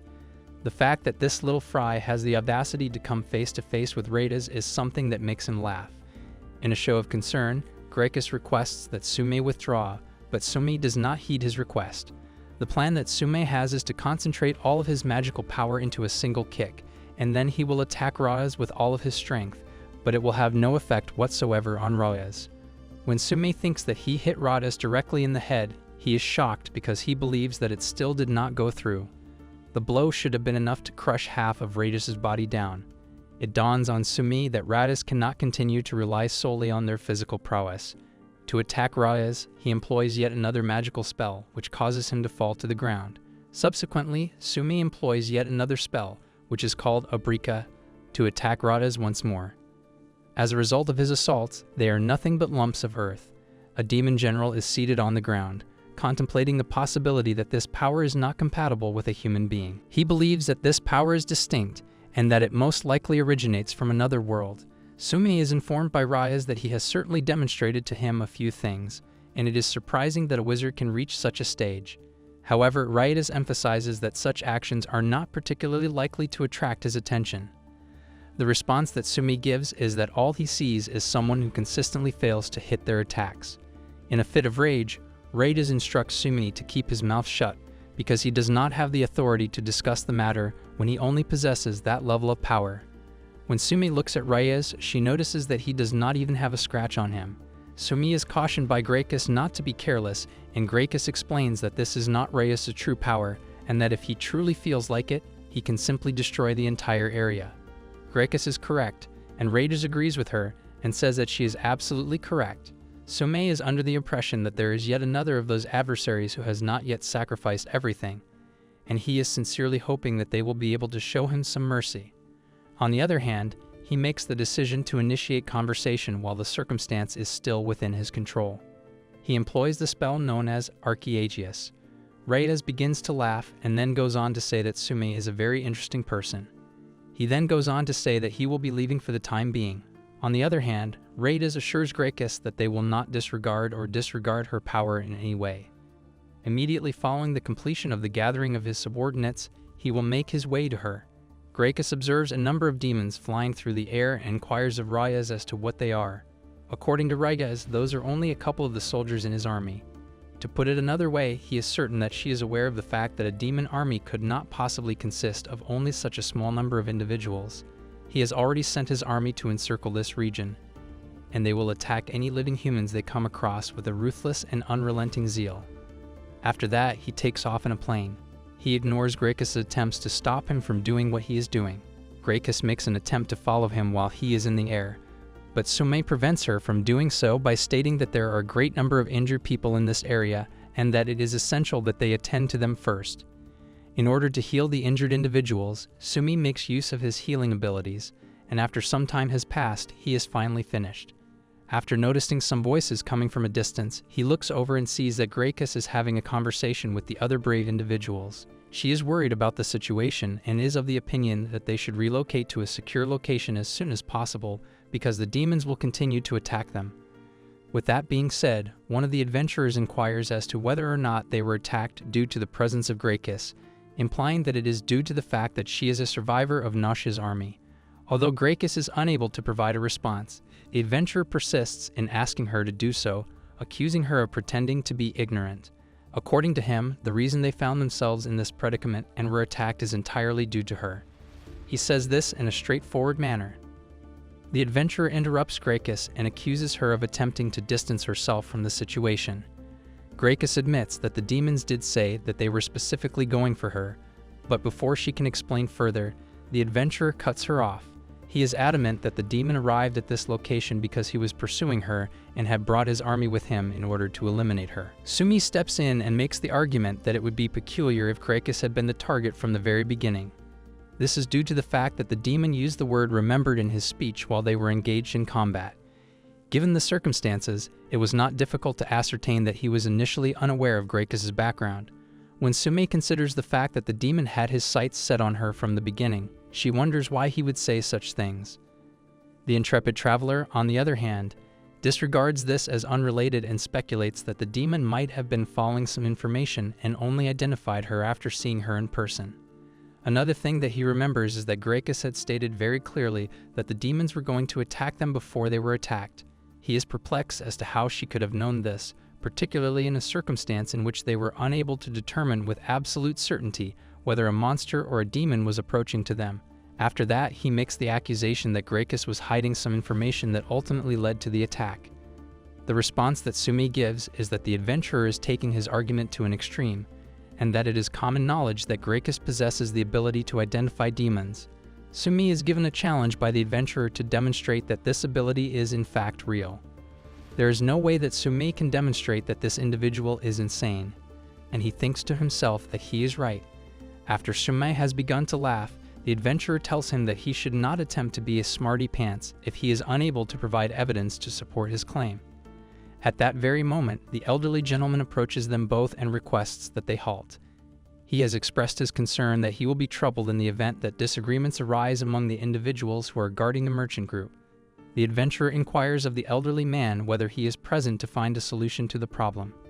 In his capacity as the individual in charge of the merchant group, the elderly man offers them the advice to lead this matter to him. It is the responsibility of the elderly man to ensure the well-being of the merchant group, as he is the person in charge of the organization. It is Gracchus' assertion that she comprehends. It is stated by the elderly man that they are currently being targeted by the demons, and that Gracchus is the reason for this. Due to the fact that the situation has reached a critical stage, he is required to intervene. The elderly man is questioned by Gracchus regarding his desire for her to leave the merchant group. The elderly man expresses his regret that they will be deprived of her power in this circumstance. However, if her presence provokes the manifestation of the demon's attacks, then they are left with no other option. The intrepid traveler applauds the elderly man for his bold choice and cheers for him. The question that Sumi poses to everyone is whether or not they are truly going to abandon a young girl in such a perilous location. There is a contention among the other adventurers that if they continue traveling with her, they might run into the demon general and his subordinates. Despite the fact that Sumi acknowledges that this could be the case, he is concerned about how she will manage to deal with the issue of food and survival if she is left alone. There is a chilly response from the adventurers, which is that they do not care about that. They claim that even if she were to pass away due to starvation, it would not be their concern. They inquire with other adventurers to see if they concur, and then one of them confronts Sumi with a question. Inquiring about the length of time he intends to maintain his good boy act, it is implied by him that Sumi, on some level, is wishing that Gracchus would leave as soon as possible. This is something that Sumi categorically rejects. The adventurer then makes the accusation that Sumi is falling in love with Gracchus due to the fact that she has a charming appearance. He makes fun of Sumi by stating that Gracchus has managed to fool a man as well, despite the fact that she has incurred the wrath of the demons. He makes the statement that she is truly formidable. Gracchus stops Sumi from snapping his fingers and tells him that even if he did that, it would not change anything. The outcome would still be the same. Sumi is unable to take this any longer and raises his hand to snap his fingers. Gracchus is informed by the elderly man that they intend to return, and he emphasizes that she should comprehend the meaning he is attempting to convey. Gracchus gives his consent to go in a different direction than the rest of the group when he explains that this is the only way to proceed. Nevertheless, Sumi is experiencing some melancholy for her. Because Gracchus is aware of the group's desire to reduce the amount of risk they are exposed to, she makes the decision to refrain from approaching them again. The conversation ends with her telling Sumi that despite the fact that they only spent a short amount of time together, she will pray for his safe arrival in Nelfaria. Thereafter, Sumi inquires of the elderly man whether he is able to provide him with some provisions as well, and he announces that he will be accompanying Gracchus. He is grateful to the elderly man for the care that he has provided up until this point. When Sumi is asked if he is truly okay with this decision, the elderly man reminds him that if he gives up in the middle of the request, they will not be paying him any compensation. Sumi expresses his agreement with the decision. In response, Sumi states that he does not require it, rather he requires as much food and water as they are able to supply of both. He asks the elderly man to provide him with supplies that are commensurate with the work that he has completed up to this point. The elderly gentleman gives him some food supplies after agreeing with him. In response to the other adventurer's inquiry about his well-being, Sumi reassures them that he is in good health and advises them to pay closer attention to him from this point forward. When compared to the time he spent with Reiji and the others, Sumi makes the observation that this time is different. There is no way that he is going to abandon someone. Reiji is taken aback and grabs Gregory by his collar, asking if he has used Sumi as a decoy. Mizuki tells Reiji to calm down and listen to what Gregory has to say until the very end. Gregory confirms that everything that he heard earlier is accurate. According to Gregory, the demons have sent a large army to the borders of Astel, and in order to ensure that the hero is able to escape from the formidable army, they have used Sumi as bait. Gregory assures Reiji that Sumi was unaware of this, despite the fact that Reiji continues to find it hard to believe that they would use Sumi as a ruse. After being called by the government, he had already joined the Twilight Pavilion Guild a few days after the summons of the government. It would appear that Sumi discovered a request for escort services from a merchant company to proceed to a neighboring country. The nobles eventually became aware of it and made the decision to employ him. Mizuki is unable to accept this and inquires as to whether or not Sumi has left the city. As far as she is concerned, he ought to have been aware that the world outside is extremely hazardous. According to Gregory, they did not know much other than the fact that Sumi had left metal with a particular merchant company. Because there was no requirement for them to use Sumi as a ruse, Reiji inquires as to why they did this. Gregory explains that what is in store for Reiji is a massive demon army, the scale and speed of which cannot be compared to that of human forces. In the event that they inadvertently experience any kind of misfortune, it would be extremely unacceptable. Therefore, Duke Hadorius made the decision to act in this manner. Princess Titania is taken aback when she hears this name for the first time. She is asked by Mizuki if she recognizes him. Princess Titania reveals to her that he is a renowned noble in their nation, and that her father, the king, has bestowed upon him complete authority in the crusade against the Demon King. However, she had not been aware of this information. Gregory provides confirmation that this decision was made in private by the Duke and a few other nobles within the noble family.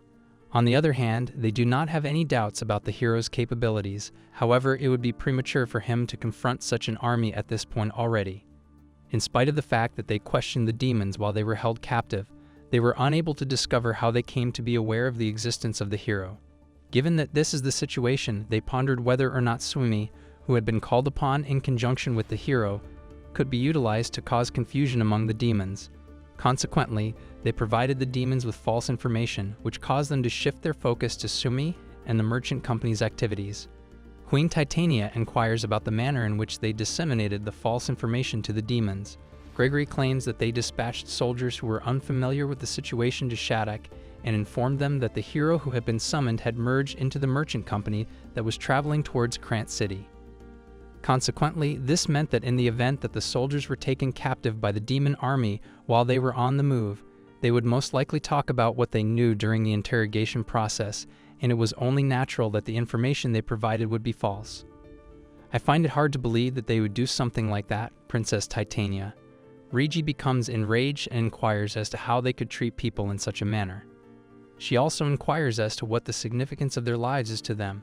Gregory makes the point that the value of the lives of the soldiers is incomparably lower than the value of the hero's life if multiple soldiers are able to save the hero who will save everyone on the battlefield.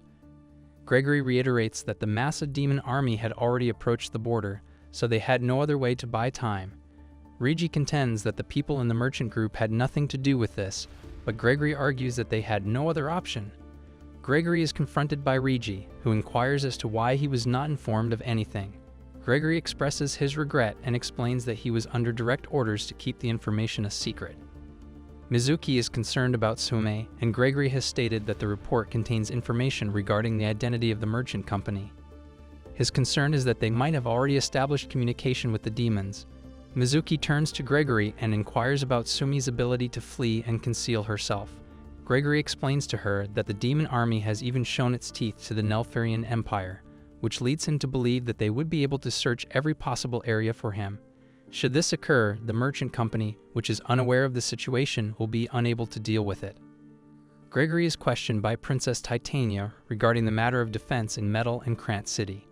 Gregory reveals to her that they already formed an elite squad in secret by assembling local militias and combatants from the guild.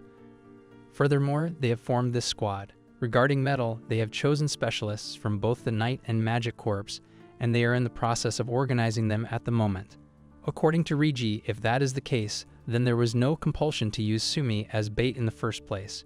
Gregory explains that the demon army is planning to arrive at this location in the near future, and that if they did not properly recognize their line of defense, their nation would suffer the same fate as Noshia. On top of that, they could not allow themselves to lose their hero, who was a symbol of hope.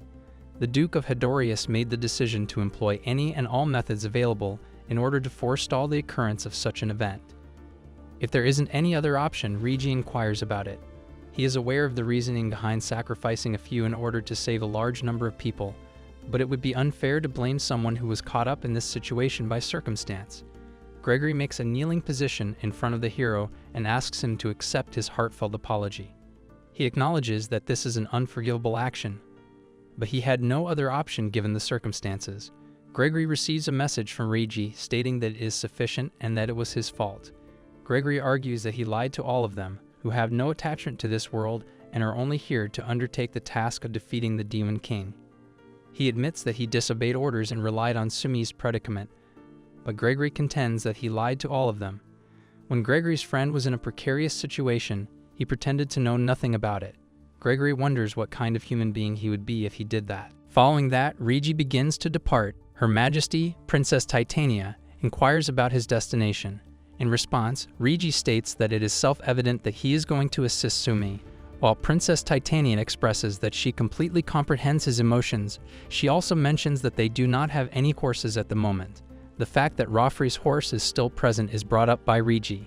He is cautioned by Princess Titania that even if he is successful in arriving in time, the only thing that is waiting for him is the enormous demon army.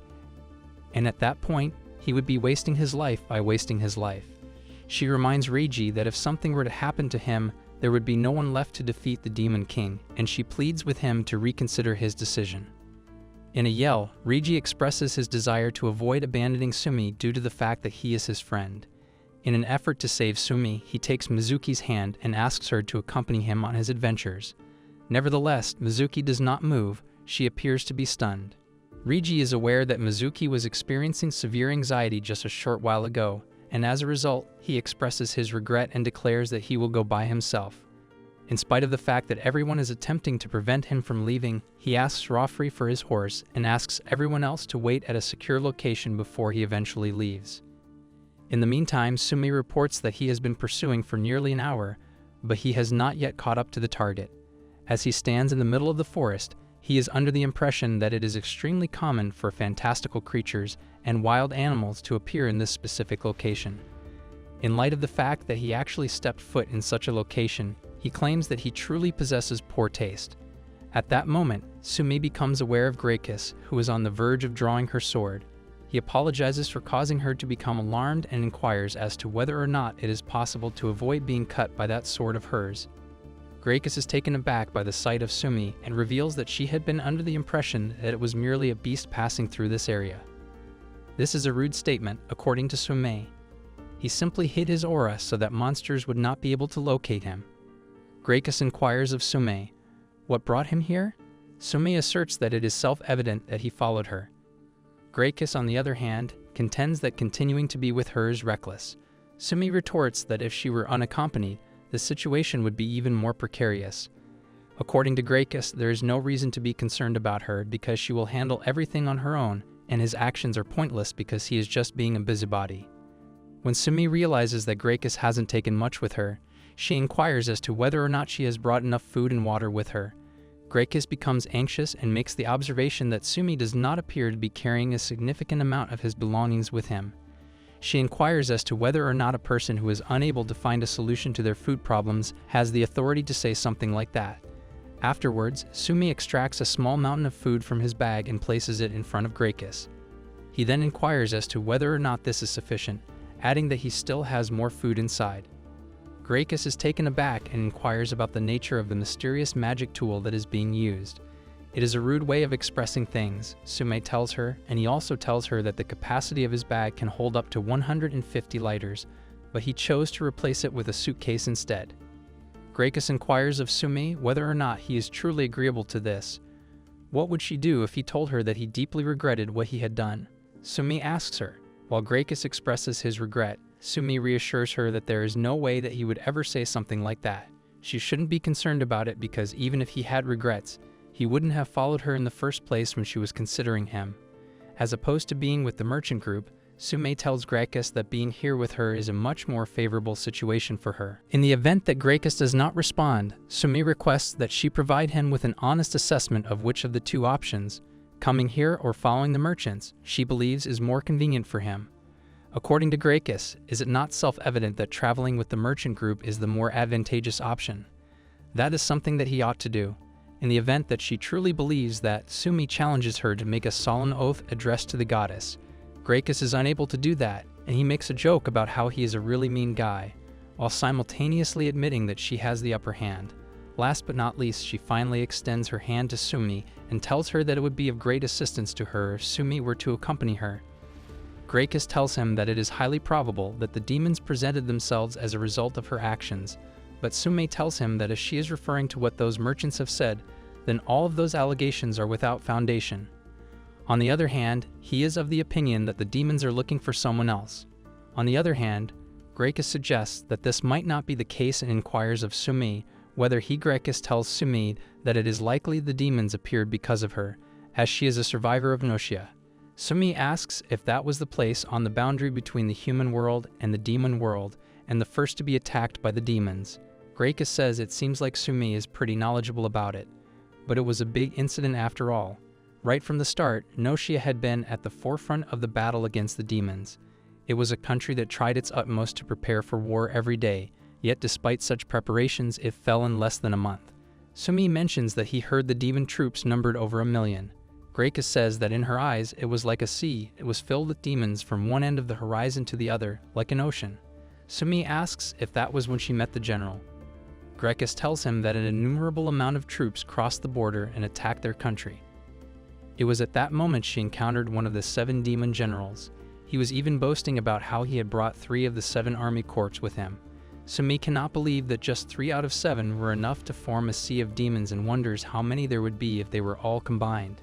However, Gracchus tells him she was basically powerless against the general. Her squad was routed, and after that, she trails off, unable to complete the sentence, and says it is nothing. She fears that the reason they first attacked Nausea was not limited to that. Sumi asks if she is referring to the spirit, but Gracchus seems unaware of the concept, so Sumi explains it in terms of the power she is wielding right now. Gracchus asks Sumi if there are people with the same power as hers in the East as well. Sumi says no, but if they were to put it broadly, it is somewhat similar. Sumi thinks it is likely that the definition of the word spirit is different in this world. Besides, even in his world, they have not yet unraveled the truth behind spirits. Gracchus tells Sumi that they have called this power spirit ever since the beginning. It has been referred to as a power that can contend against demons in her country, and her ancestors are the offspring of spirits and humans. The goddess arranged it so humans could resist against demons. The sword technique was also imparted during that time. Apparently, this power has also helped in the calling of heroes in the past. Sumi cannot believe this and asks if she is serious. He thinks that this person has a similar role to Rigi, so why is she traveling alone and acting independently from the others? Gracchus shows him her sword and says this sword is something that has been passed down in her family for generations. It is something she inherited after her father retired, and she has been using it ever since she was a child. She had originally wanted to use this power to protect and help mankind, but before that dream was fulfilled, it had ended. She was exiled from her motherland and became an adventurer. She then asks Sumi about himself, saying that his abilities at the Twilight Pavilion were impressive. Sumi says that in his case, he is only earnestly devoted to magic, and then forms a magic circle with his fingers. He tells Gracchus that he began at a point where he didn't know anything because his father was a man of few words. It was only when his father told him to learn magic that he started. He says learning magic was interesting, and there was nothing to hate about it, but thanks to that, the insane hardships he underwent often landed him in unpleasant situations. It was only a long time later that his father told him the reason, probably intending to carry the true reasons to his grave. Gracchus comments that it is a coincidence that someone similar to her exists. If she is trying to refer to them becoming wiser after going through hardships, then she agrees. Sumi then asks her what exactly demons are. Gracchus explains that in the past, there was an evil god in this world who fought with Ashuna. That evil god took pride in his strong power, but in the end, he was defeated by the goddess and the elementals, and he was chased into a dimensional gap. This is the common belief of the people here. The demons are the servants of that evil god. They have received the evil god's protection and have been trying to plunge this world into chaos with conflict and death.